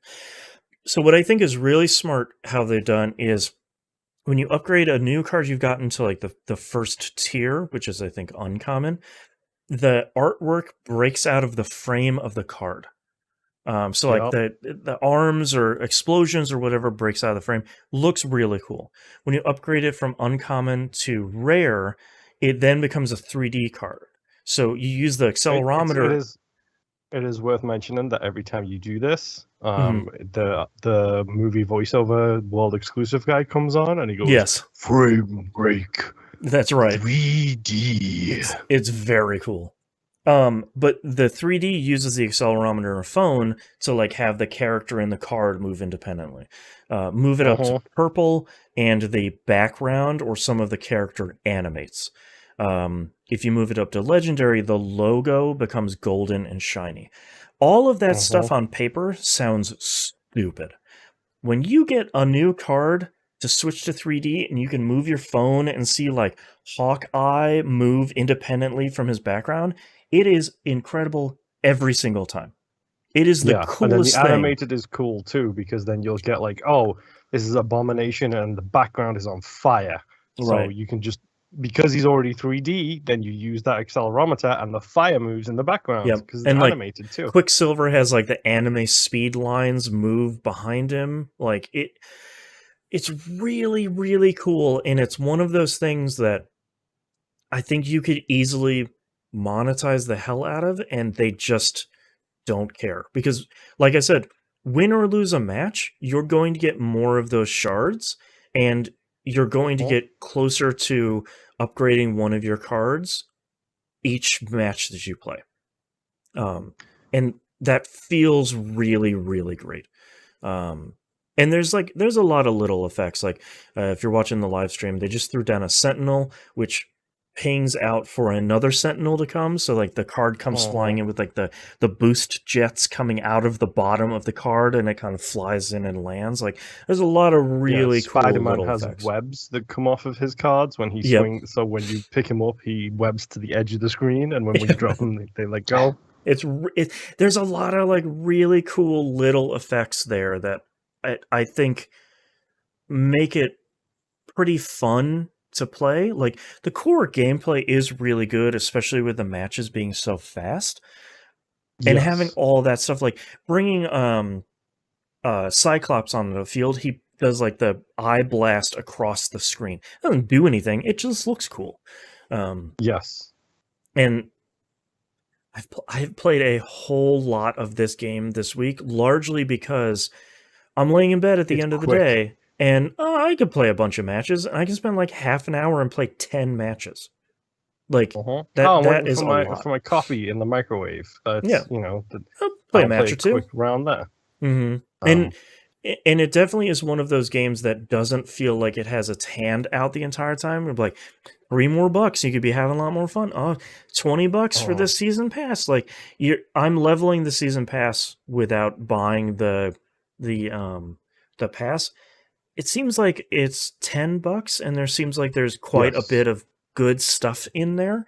But if not, you're still getting materials. Have you seen what happens when you get to level 50, by the way? I have. Yeah, you get a variant of Miles Morales, I think. After that, it's a mystery variant every single draw. Oh boy.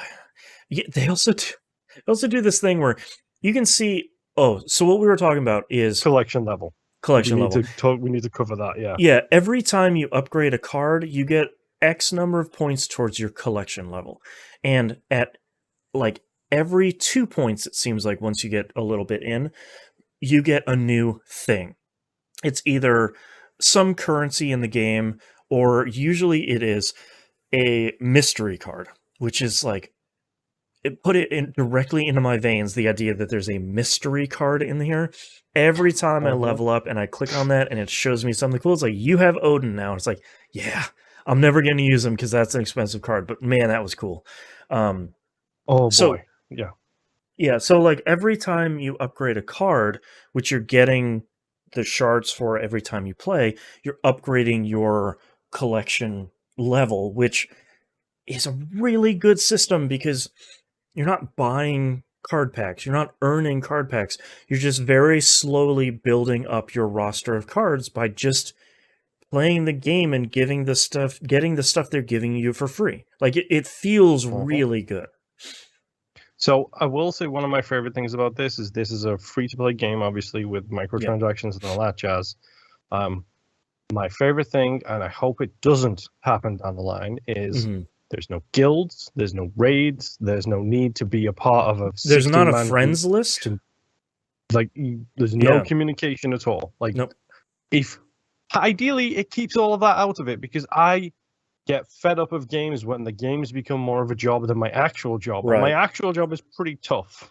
Oh, you didn't help the guild because you didn't play your 5 ranked matches today. There's only an hour left. If you don't do them, we're kicking you out of the guild. You know, like exactly.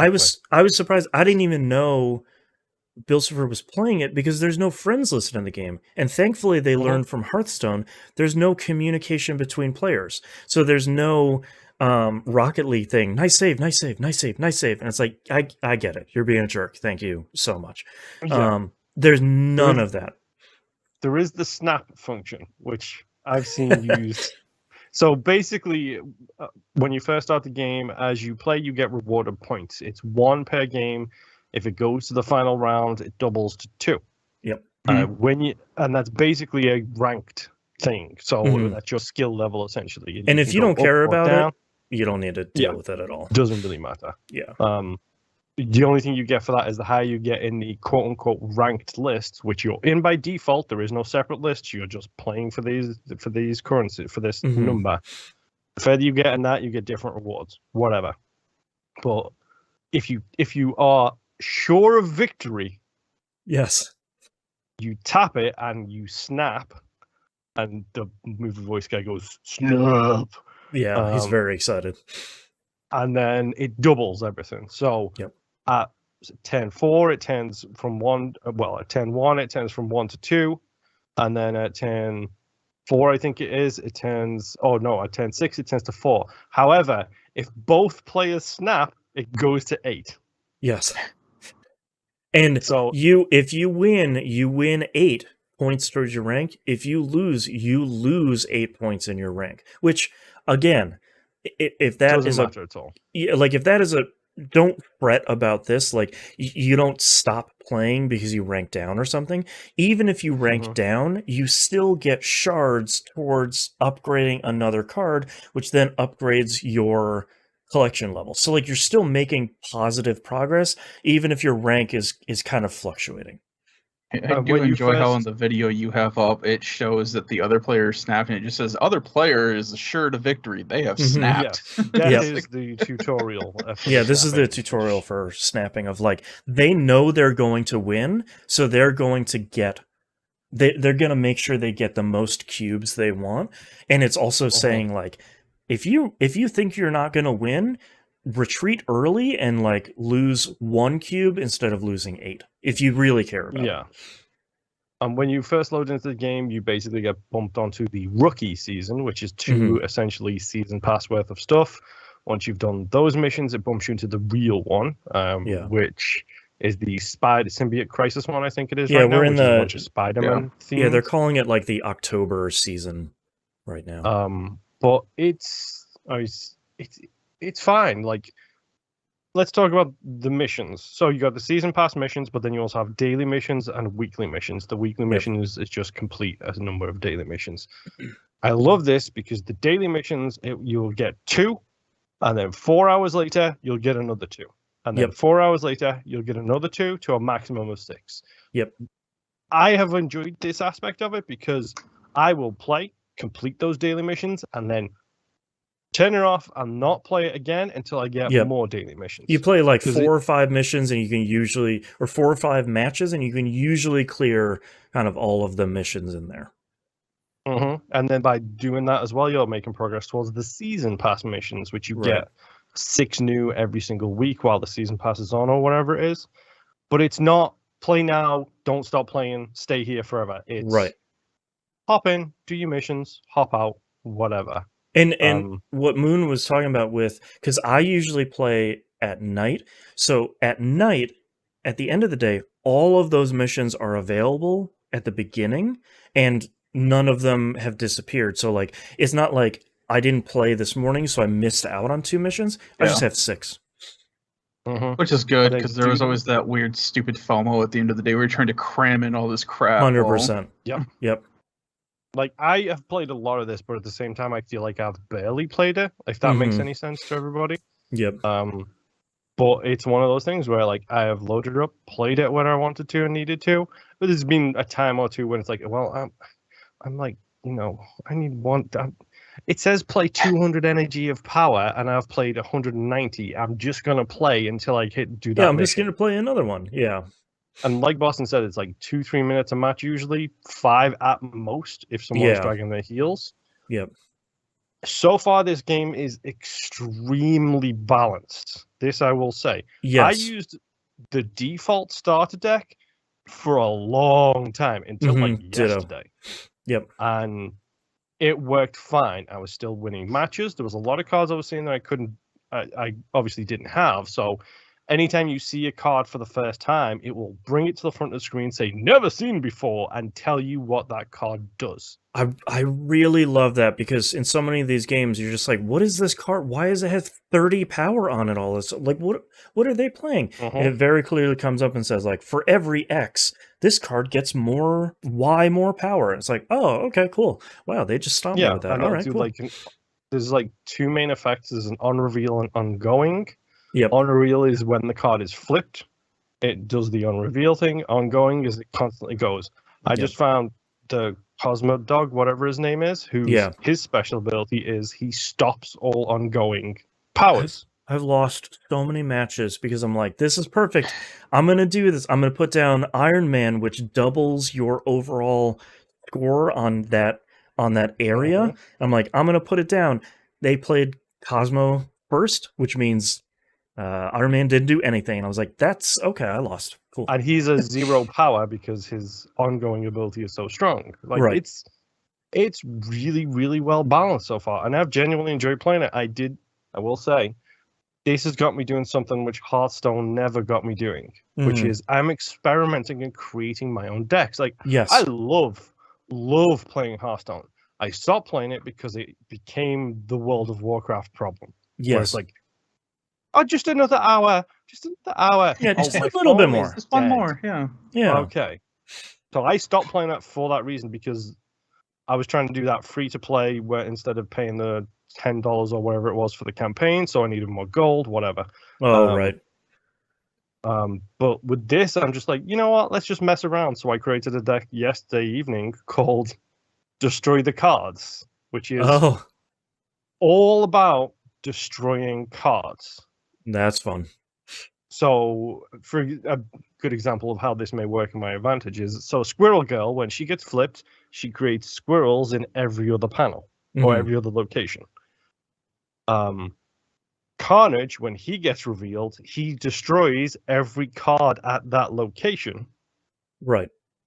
And gains +2 power for it. Now, the squirrels only have 1 power. That's fine. Whatever. You're not losing much if you get them destroyed. Exactly. And you're gaining space back because only 4 cards can be played in each location. Right. When Wolverine gets destroyed, he shows up again at a different location. It's really strong. So now I'm at the point where it's like I've got 4 cards in my hand that destroy other cards. And I've got like 5 or 6 cards which, when destroyed, do something else. Right. So I'll have Swordmaster. Oh, actually, more famous example. I'll have Blade, who is 1 energy cost, 3 damage, but he destroys a card. Mm-hmm. That's why he destroys a card, because he's a 1 cost that does 3. So that's it. That's his negative, quote unquote Right. negative, is he destroys a card in your hand. So I'll have him, Wolverine, and it's not Abomination, it's somebody else. It's one of the big boys. Right.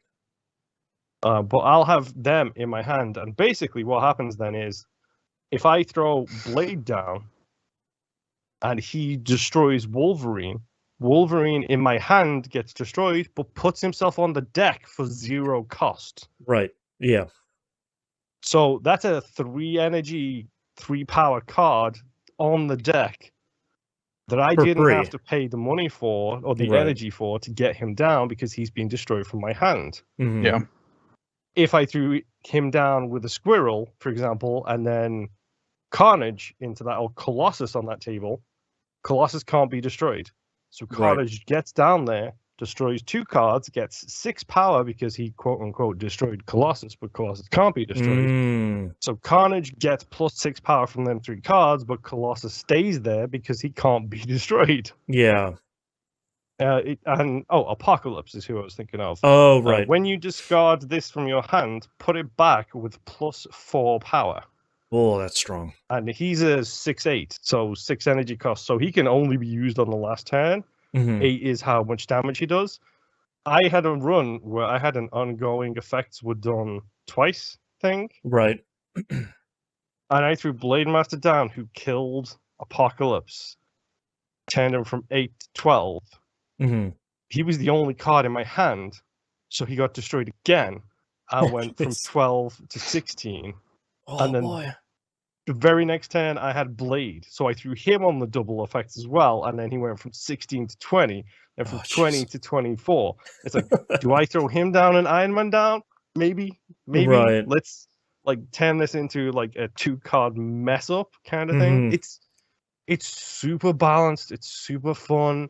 Like, It's you really can good. play with the skills, or you can just use a basic set which doesn't have a lot of abilities. Like, the base set that you start with has a couple here and there, Yeah. but it's mostly, he was a good starting set, and I went far with that. I went It's a really good set. far Yeah. with that.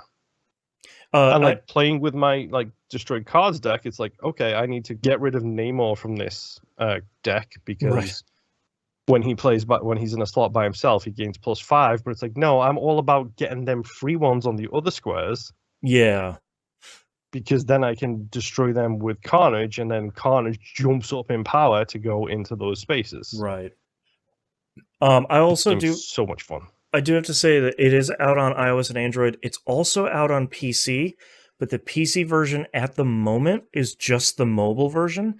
But they said over time they're going to make it its own PC client, so it won't just be like the mobile view. That's so cool. It is on multiple things, and it did have me sign in, so I'm assuming there's cross save as well. But I was actually going to ask that. Is there cross save between them? There is. There is. I've seen a couple of people be like, yeah, how hard was it to jump from PC to mobile? And they were like, yeah, I just logged in. It was fine. Yeah, I just Okay. used my Google Thank account and linked the two of them. Yeah. Screw you, Galaxy of Heroes and Star Wars and Marvel Strike Force. Right. Like, those 2 games which can only be played with one sign-in on one device. Yeah, that stinks. Yeah. But yeah, I could sit here and talk about Marvel Snap for like 30 more minutes and be pretty happy with it.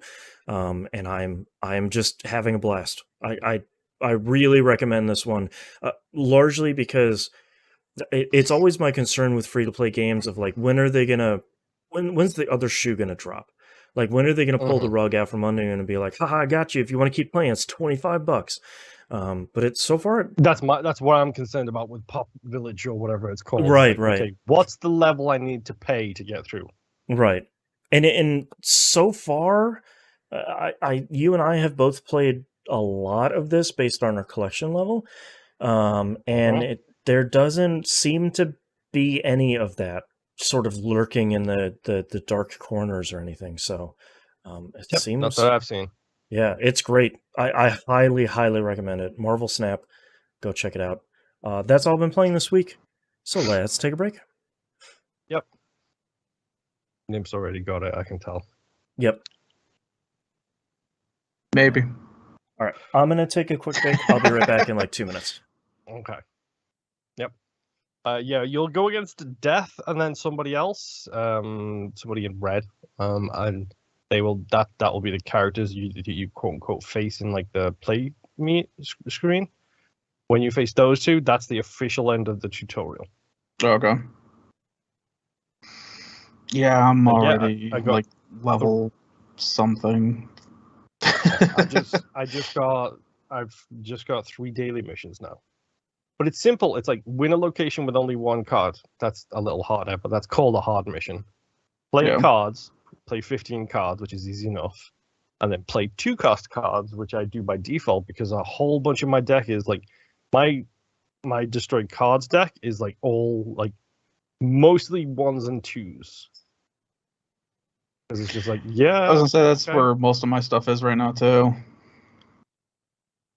I'm debating putting Angel in because he's like, when your card is destroyed, this guy replaces it. It's like, it's a tempting one. That's a tempting one. Ooh, maybe I should switch out Nova. I might have to get rid of Nightcrawler and put Nova in because when this card is destroyed, give your cards +1 power. That sounds like something I like. But yeah, I'm also tempted to do like a Guardians deck because I've started to unlock a whole bunch of the Guardians of the Galaxy. And all of their effects are on reveal effects. So it's like on reveal, remove the top card from your opponent's deck is Yondu's. Mantis's is if your opponent played a card here this turn, draw a card from their deck. Like they've all got like counter like things, and it's like I could probably get away with doing a Guardians deck just for shits and giggles to see how it does. Like some of the effects on like the 3D and the animated is just so cool. I was like, I'm still at the point of, hey, this has a higher number. I'm just gonna put it over here with all the other higher numbered ones. Honestly, that's how I started. It was just like, what is the? My favorite thing is when you get to turn 6, and you don't have a 6 energy card, so you start throwing out like 2s and 3s and trying to psychologically figure out what the opponent is going to try and keep or like steal from you, and trying to counter what you think they're going to do. Like if you're winning 2 by a little bit and he's winning 1 by a lot, it's like, okay, is he going to reinforce his 1 or go for one of my 2? And then when you outguess them and you defend the right location or take the other location because they didn't defend, it's a really good feeling. That like 3D chess thing of just like, I could feel he was going to double down on the 1. I was going to lose that one for sure and try and capture the other 2. Like that always feels good. I was just talking about potentially building a Guardians deck because they're all, if the opponent places he out on a reveal skills. And I kind of like that. Game's real good. Oh man. I will say Squirrel Girl has bit me in the ass a couple of times with her squiggles because there'll be that one location that's like, every time you don't have a card here, you get +1 energy this turn. It's like, fuck you, Squirrel. That's right. Play a card here and you get 5 useless rocks in your deck. And it's like, no. Why? Dude, if you've got Carnage on your team, rocks aren't useless anymore. Yeah, that's true. It's a good point. All right. Are you guys ready to do the next part of this? Sure. Maybe. All right. Starting in 3, 2, 1. Let's talk releases for the week of October 24th, 2022. Garbage Pail Kids, Mad Mike, and the Quest for Stale Gum comes out on PS4, Xbox One, Switch, PC, and the NES. I thought that was a joke. That is not a joke. There are cartridges out for that, coming out for that. Hold on. Let me just do a search for the achievements and see if it's worth my time when it goes to Game Pass. This, I really wish that there was a lot less of like this lost game. It's not lost. It's a new one. Digital Extremes is working on it.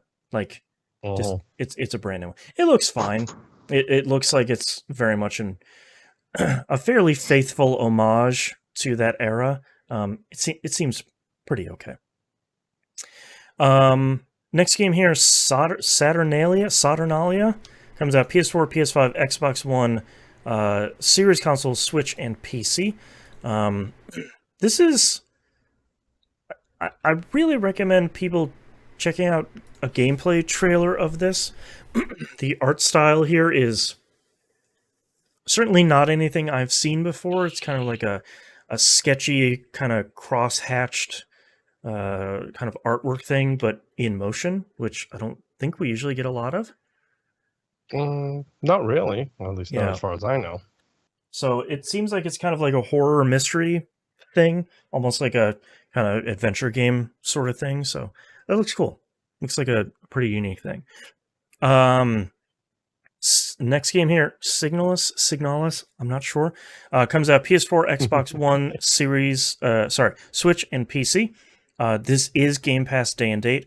This is a cool kind of PS1 looking survival horror type of thing. This looks really neat. It's one of those games I'm pretty happy to see coming to Game Pass because it seems like a cool thing that people should check out. We have this like PS1 graphics revitalization thing right now, which I think is pretty neat. Next up is Star Ocean: The Divine Force comes out for PS4, PS5, Xbox One, Series consoles, and PC. Star Ocean. This is for the NIM. Well, like I said before we started, this is either going to be fine or it's going to suck. Either way, I'm here for the ride. The problem with Star Ocean, I really don't like the Star Ocean games because the best you're going to get is a game that's kind of okay, and the worst you're going to get is like one of the worst games you've played at that generation. As long as we don't have another Remy character, or not Remy. Kay? Yeah, that we're going to do this thing, Kay? My God. Bad enough one of JRPG's worst characters. In your game, Remy's going to go over and do this, Kay? It's like, shut up. Super shushes. Remy's going to find the bottom of a pool real quick. That's right. Remy's going to get spaced. I got a spaceship. I know what to do. Next up, Bayonetta 3 comes out on the Switch.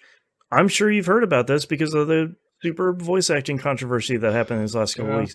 I kept thinking this will be the week we can talk about it on the show, but nope. Another twisted turn happens. It's weird things. It always happens. Yeah, if anyone hadn't seen this, essentially the lady who... It was revealed that the woman who voiced Bayonetta in the first two games wasn't going to be coming back, and Jennifer Hale was going to be replacing her. And then the Helena Taylor, I believe her name is the original voice actor. She came out and was like, hey man, Nintendo was only going to pay me $4,000 to play this character, so you should boycott the game. And everyone was like, yeah, cool, and screw Jennifer Hale. And Jennifer Hale was like, wait, what? No. Like, I was just... What did she do wrong? I'm doing my job, man. Like, Nintendo... She's a scab. That's why. Yeah, they were acting like she was a scab, which, like, she's definitely not. And Jennifer Hale was like, look, man, I'm under an NDA, but, like, I did my homework, and, like, I always try to do, and Nintendo asked me to do this, and I had time in my schedule, so I'm going to play Bayonetta. And I can't talk about how much I'm getting paid. I don't know how much this lady's getting paid.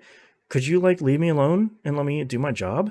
Also, like, it's Jennifer Hale. Leave her alone. She's done nothing wrong. How dare you forget FemChef that easily? That's right. You besmirch the name. And then Bloomberg came out a couple days ago and was like, yeah, well, we've sort of seen the contracts, and Helena Taylor was going to get paid around $5,000 per recording session, of which there were going to be around 4 or 5. So... Which, according to SAG records, that's 2,000 to 3,000 more than what you would normally get. Yeah, it seemed like, to be clear, not a great amount of money for a game that will probably sell gangbusters. And no, it won't. Bayonetta did not do great on the Switch. Come on. No, Bayonetta 2 has not done great on the Switch. Bayonetta 3 has... There's been a lot of groundswell before all this stuff because it has been a long time, and it seemed like Bayonetta 3 was going to run well on the Switch. But now everything is pretty murky about that. So I don't know. I'm sure this week there will be another twist to this story about, like, well, they actually...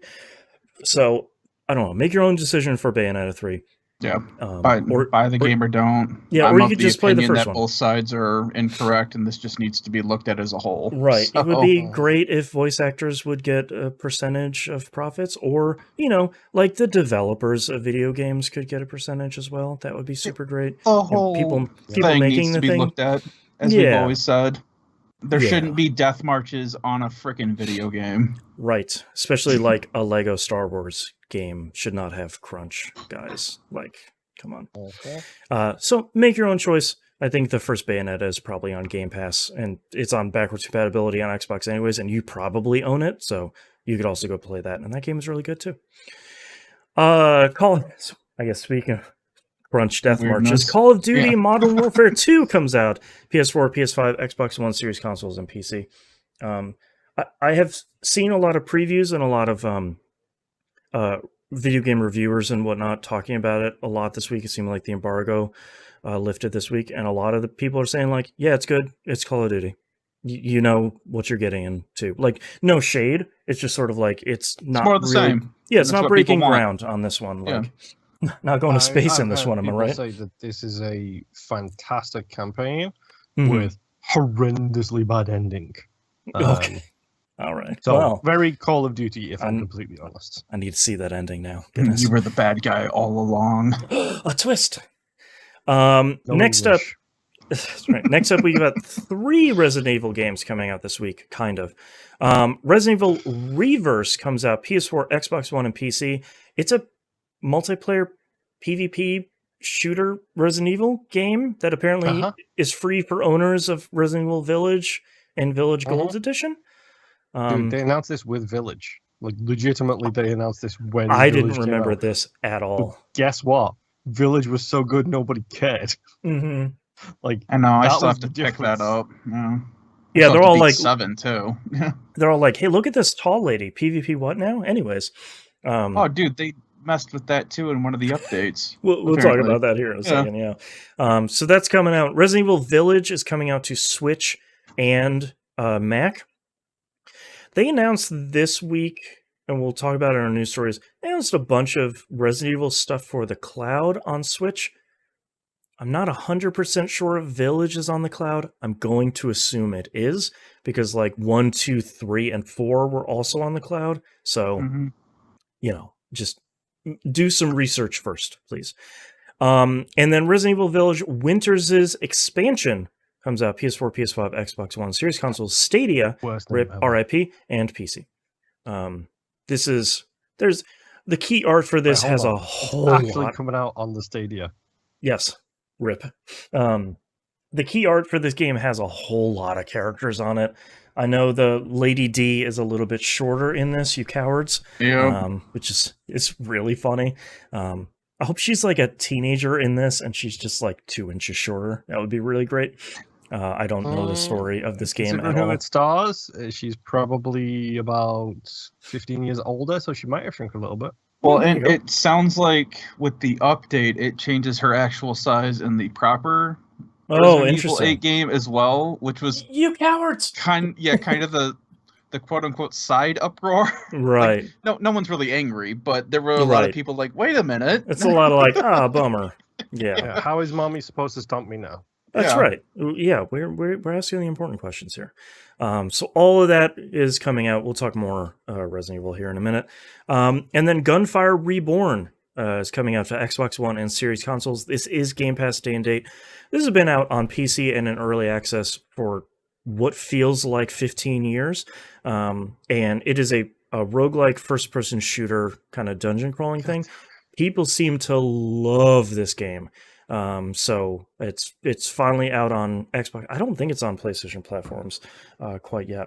But people seem to really like this. So I guess we'll have to add it to the list. Cough, cough, stop. All right, let's move on to news stories. Konami, against all odds, announced video games this week, which is in and of itself odd.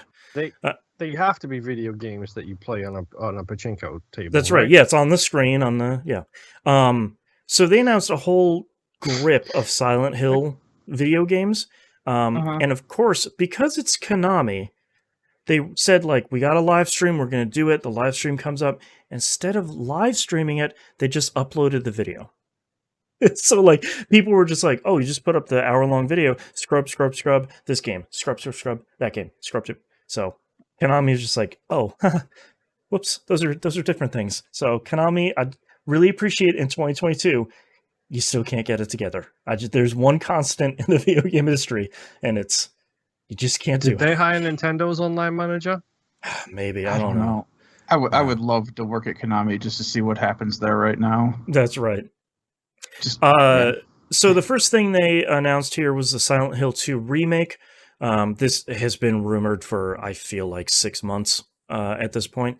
It is PS5 exclusive for what appears to be a year, and then it will be coming out to series consoles and PC after that.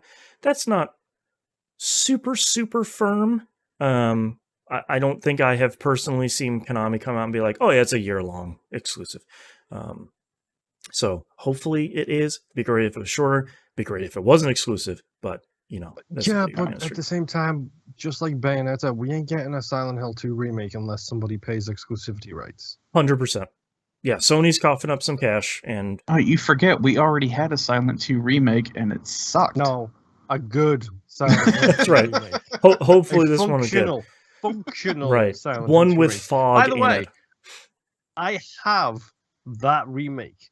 Like, Silent Hill 1 and 2 remake is in a CD thing over there. I've no. never played it. It's not worth your time. This is developed by by Bloober Team, who apparently everyone hates now. I don't know when that change happened. I don't know what happened.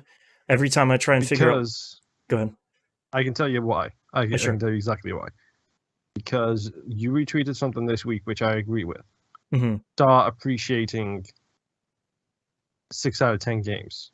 Sure. Like, who cares if it's not a 10 out of 10 or a 9 out of 10? 6 out of 10 can be fine as long as you enjoy it. Right. I was saying, these are all the B-tier games that everyone was crying that don't exist anymore. Well, that's what these are. And the only thing that I could kind of get an inkling about, because everybody's saying, like, oh, screw Team Bloober, whatever, I'm not playing this because it's Team Bloober. The only thing I can understand, I am kind of getting a glimpse of, is that there were some storyline choices at the end of the medium that people said were not handled super delicately. And I don't know but it wasn't exactly something that you can handle delicately. I'm not going to talk about it on the show because it is dark content. And it's like a super spoiler, but... yeah, it's a super spoiler, and honestly, it is horrifically... Like, it's not handled well, but it's not actually a subject that you can handle well, is the problem. Right. Like, it deals with very real world issues and very real world trauma and very real world consequences of that trauma. And minor spoiler alert for real life here. Sometimes trauma doesn't end well. Yeah, that's true. Well, and it also seems like people are upset about the medium for seemingly that, and people are apparently upset about the Blair Witch game, which I probably because they didn't play it, which seems to be the problem. So maybe I thought that was reviewed well. Everyone who played it seemed to have liked it, but everybody who didn't. Moon, you played it and you said you liked it. Yeah, you liked it. Okay. Yeah. I bought that game after it left Game Pass. I'm gonna blow I like that game. I'm gonna blow your guys' mind. Sometimes people have an opinion about games on the internet they haven't played, and they really don't like it. So it was really surprising because when I saw this coming out from Bloober, I was like, "Oh, that's cool. They seem to make good stuff." And everybody's like, "Bloober, kill them!" It's just like, "Wait, what? Wait, what are we? When did this happen? I missed this." So, Silent Hill 2 remake looks pretty good. You could have just said, all people have opinions about things that they don't know about. It's true. Yeah. Even us. It's just, but we know when to say, "Okay, I was wrong." We also know not to threaten women or trans people that are daring to live or make video games. Yeah, seriously. Unlike those garbage human beings that are going to threaten them. Don't threaten people, please, on the internet. Next up is Silent Hill Townfall, developed by No Code, who did Observation. This is published by Annapurna in like a really weird, seemingly Annapurna power play of like, that's yours, that's cute, we're publishing it. Really no details about this one. It was just kind of like a teaser trailer for this one. But according to the studio's creative director, you can expect some, quote, deep psychological horror, end quote. So it seems like it fits pretty well with Silent Hill. Sure. I'll say that's what these games are supposed to be about. Yeah, so. like sounds great. Return to Silent Hill is an upcoming film directed by Christoph Gans, the writer-director of 2006's Silent Hill. It tells the story of a young man coming back to the town only to find nightmares. So, Silent Hill. If you've not seen 2006's Silent Hill, I haven't. I've just seen one GIF from it, and it's the GIF that everybody knows from that movie. Is it the barbed wire one? No, it's the pyramid head one. Right. Oh. Right. Let me tell you guys a quick story. I talked my wife into go seeing in that movie, and she had no idea what she was in for. Oh no. Yeah. Oh no. She still loves me. Yeah, that was a test that day. Speaking of mental health problems. That's right. Right. Silent she thought Hill... the nurses were really hot in a creepy way. Oh, there we go. Silent Hill Ascension was announced. This is the one that sounds the most confusing because they're telling it a whole new experience. It sounds like they're trying to take kind of what Until Dawn and The Quarry kind of does, but turning it into a live, real-time interactive thing where, like, whatever choices or mistakes you make, you kind of live with because it's this live thing. And that's all we really know, and that it's coming out next year. So this could be interesting, but this seems to be the one that sounds the squiffiest, kind of. It was just the one that everyone was thinking it might be on Netflix or something like that, because they were doing a lot of the... yeah, maybe. Okay. Yeah, that's a good point. I was trying to think of how they were going to do this, but if you're going to do it on Netflix, then... Fun fact, all those Netflix Choose Your Own Adventure things are just written in Twine, by the way, which I think is super cool. That's really great. And lastly... Go ahead. No, you go ahead. Talk about the last one first, and then I want to do a quick recap of them all. Lastly is Silent Hill F, developed by Neobards Entertainment, story by Ryushiki07, character design by Kira, and produced by former Nintendo developer Motoi Akamoto.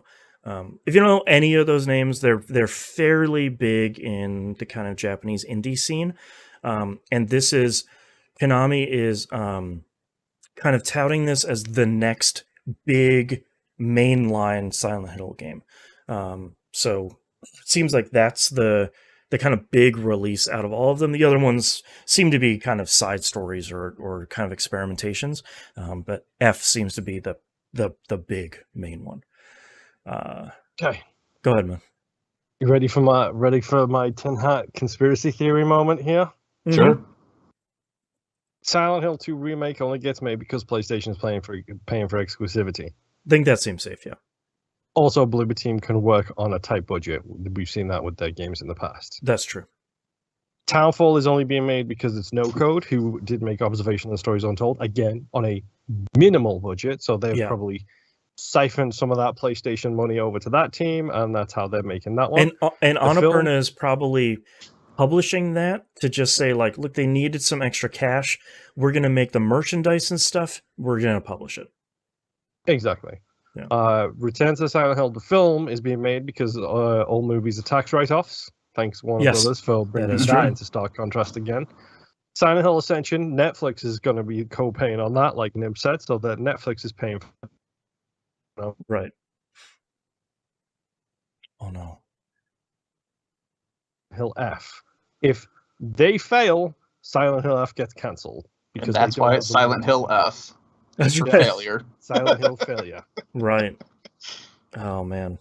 That is my conspiracy theory about this whole thing, is they're basically not putting any money towards any of this. Right. And just seeing what they can get. Very much like video game development pachinko, we'll say. Right. Oh, man. I still don't know what to think about this. Of like, yeah, we're making Silent Hill again. It's like, kind of, but kind of not. But I appreciate that Konami is putting more stuff out here. I'm like terrified at the prospect of them, turning Sauron's eye towards Metal Gear Solid at some point. And the only thing I want them to do with Metal And then Gear we Solid, just get a Survives too. honestly, the only thing I want them to do with Metal Gear Solid is take 1 through Peace Walker and put all of that stuff on modern platforms. Just sell one big 1, 2, 3, 4. 4 is still only available on PS3, which is bonkers. And like put all of that stuff all in one place and call it like the Metal Gear Solid launcher or something. Like, just make them more available, almost like Square should be doing with the Pixel remasters. Cough, cough, cough, cough, cough. But like having that stuff be more accessible would be really great. But other than that, like, kind of leave them I would alone. love to buy another Legacy Edition. Mm-hmm. Yeah. It'd be great to also have, Metal Gear Acid 1 and 2 on anything but the Vita right now. That's the dream, man. Oh man, those games are so good. All right, let's move on to the next news story. There was also a big Resident Evil showcase this week. They showed off a bunch of stuff of the like the cloud games, and they showed off the Winters' experience, or whatever they're calling the RE engine. They were showing off a whole bunch of stuff of that, but they also announced yet another Resident Evil 4 remake. I'm assuming this one is also running on the RE engine because it looks pretty good. And they released a whole bunch of... Excuse me? Yes. Please give the engine its proper name. Sorry, the Reach for the Stars engine. Moon, thank you. Reach for the The moon. moon, sorry. We'll land among the stars engine. This looks like sort of similar to what they did with 1 and 2, where it's like you kind of took that game and you brought it up to how it looks modern. You gave it some quality of life stuff. Looks really good. Coming out March 24th of next year. There's controversy on this game as well. Oh my god, I'm so tired of hearing about... It's not about you. I'm so tired of hearing about Resident Evil 4. I could go the rest of my life without hearing about this game, about like, oh, well, the cow. Oh, they killed the dog. I can't save the dog. I don't care. Shut up. You're going to buy it and you're going to play it. Shut up. Whether the dog dies or doesn't, or they're just pulling a Kojima with Metal Gear Solid 2, and then you play it and be like, oh my god, they saved it, the dog, you can free it from the bear trap again. Who cares? Oh my god. Resident Evil 4 isn't complete until they add a fishing game into it. Skyrim did it. Resident Evil 4 can do it. We got it. Yeah, I mean, they're basically one and the same at this point. Mm-hmm. So, I don't know. It looks really good. It's coming out on PS4, PS5, Series consoles, and PC March of next year. I feel like you probably already know if you're going to buy this or not. You probably already pre-ordered it. And no, I didn't. Okay. Here's my question. Yeah. Did they legitimately remake Resident Evil 5 next? I don't know, man. A lot of people still really hate that game for some reason. I feel like they're going to do the hottest of garbage. Yeah, I feel like they're going to do 1, 2, 3, and 4, and then be like, and then and Resident Evil 7. Wow. Oh man. Yeah, they can't redo 6 anymore because I think it's like 5 and 6, like right on top of each other. And the ones I that feel they hate. like Resident Evil 1 through 4 and 7 and Village are 6 Resident Evil games. It's like, wait a minute, and they're like, nope, 6. We just made 6 of them. I swear though, if they redo 5, I want them to amp up like the dumb stuff that's in there, like Chris punching a boulder until it rolls away. You want like the Twin Snakes version of it, of just like, we're getting crazier. Just turn it all the way up. Yep. Yeah, 100%. And you see Wesker riding in on a missile just for the fun of it. I mean, they could probably get away with remaking 5. Sure. My main concern is, what do they do for 6? Because 6 is... That's 3 quote-unquote different gameplay styles with 3 quote-unquote different players. Yeah. Something that sounded really good until they didn't implement it. Yeah. Yeah. Yeah. I feel like they don't touch either one of those and just be like, don't worry about it. Those never happened. But dude, you can get Shiva in the loincloth because that's just not racially insensitive at all. It was already a problem when it was released. I think in 2022 they would have to cut out pretty big parts of that game. That game had some problems, boy. All right, and last news story here, just a real quick one. EA had kind of a big Sims showcase this week. It was largely to celebrate that the Sims 4 base game is now free on all platforms. I know there's a version of it out on Game Pass as well that comes with some extra stuff on top of it. And also, because I've seen the jokes out there, I know it's like now free and there's $150 worth of DLC. Please don't buy all of that at once. Please don't buy most of it if you don't care about it. Yep. Please wait for it to be on sale because it's usually like $20, and what's on sale it's like $3. So yeah, Black Friday is just around the corner, guys. You can right. hold out. And also, the base game of The Sims 4 has so much in it already. You really don't need to buy like the Pets pack or the Desert Living pack. I promise. Don't worry about it. You can play so much of that game for free. But as part of it, they showed off some really early footage of Sims 5, which are codenaming Project Renee. The woman they had on stage was like, "It's really early. It's like very, very, very, very, very early. We have years to go. It's super duper turbo early," which I'm sure flew over the heads of a lot of people. But they showed off the new kind of build mode that they're putting in the game, where it is less about like put things on a grid, and it's more about being able to orient it specifically, and even like put little cushions on the couch and orient those, and really specifically like changing the colors and the patterns of the things that were in a bedroom, as opposed to, well, someone made this thing, so that's the only way I get a couch with hearts on it. You can just go do that by yourself. They also talked about multiplayer of some sort, which I think is really interesting, and is things that I think anybody who plays The Sims has probably thought about. And then being able to play the game on multiple devices. So they showed that same build mode that was running on, I'm assuming, a computer, and then someone also building stuff on their iPhone and having it build in that game. So there's some cool stuff there. Altogether, it was like maybe 2 minutes of footage, but it's nice to see that if you're going to put something out with how far The Sims 4 has come over the last couple of years and how much they continue to improve that game, it's nice to see, well, here's The Sims 5, and it's a monumental step forward on kind of the base mechanics of how you interact with that game, which I think is probably the smartest way you can go about making a sequel to The Sims 4. So, yeah. That's all the news stories this week, though. Which means we're at the end of our episode. Thank you very much, everyone, for listening. You'll visit us at tvgp.tv. Everywhere to find and follow us is on the right-hand side of the page, including a link to a YouTube channel, like we've been talking about recently. Even if we don't live stream something, we're recording video of it, like a game club that we just came out with. We roguelike it, critical misses, all that stuff. There's a video version that goes up on the channel as well. Check that out over there. Don't forget to sign up to be a patron over at patreon.com/E1M1. The ones on numbers. I think I caught Moon reading something. Although, boy, my connection has been real terrible today. Oh, it has. It's a real bummer. You can support us financially over there. You get all the cool early access and exclusive audio we talked about at the beginning of the show. And you help us pay for all the hosting. We pretty much break even with that, which is really great.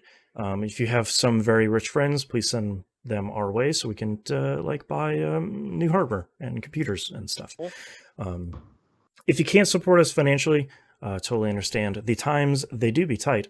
You can support us in other ways, especially the biggest way is by telling your friends, sharing on social media, like, comment, subscribe, all that stuff over the YouTube channel.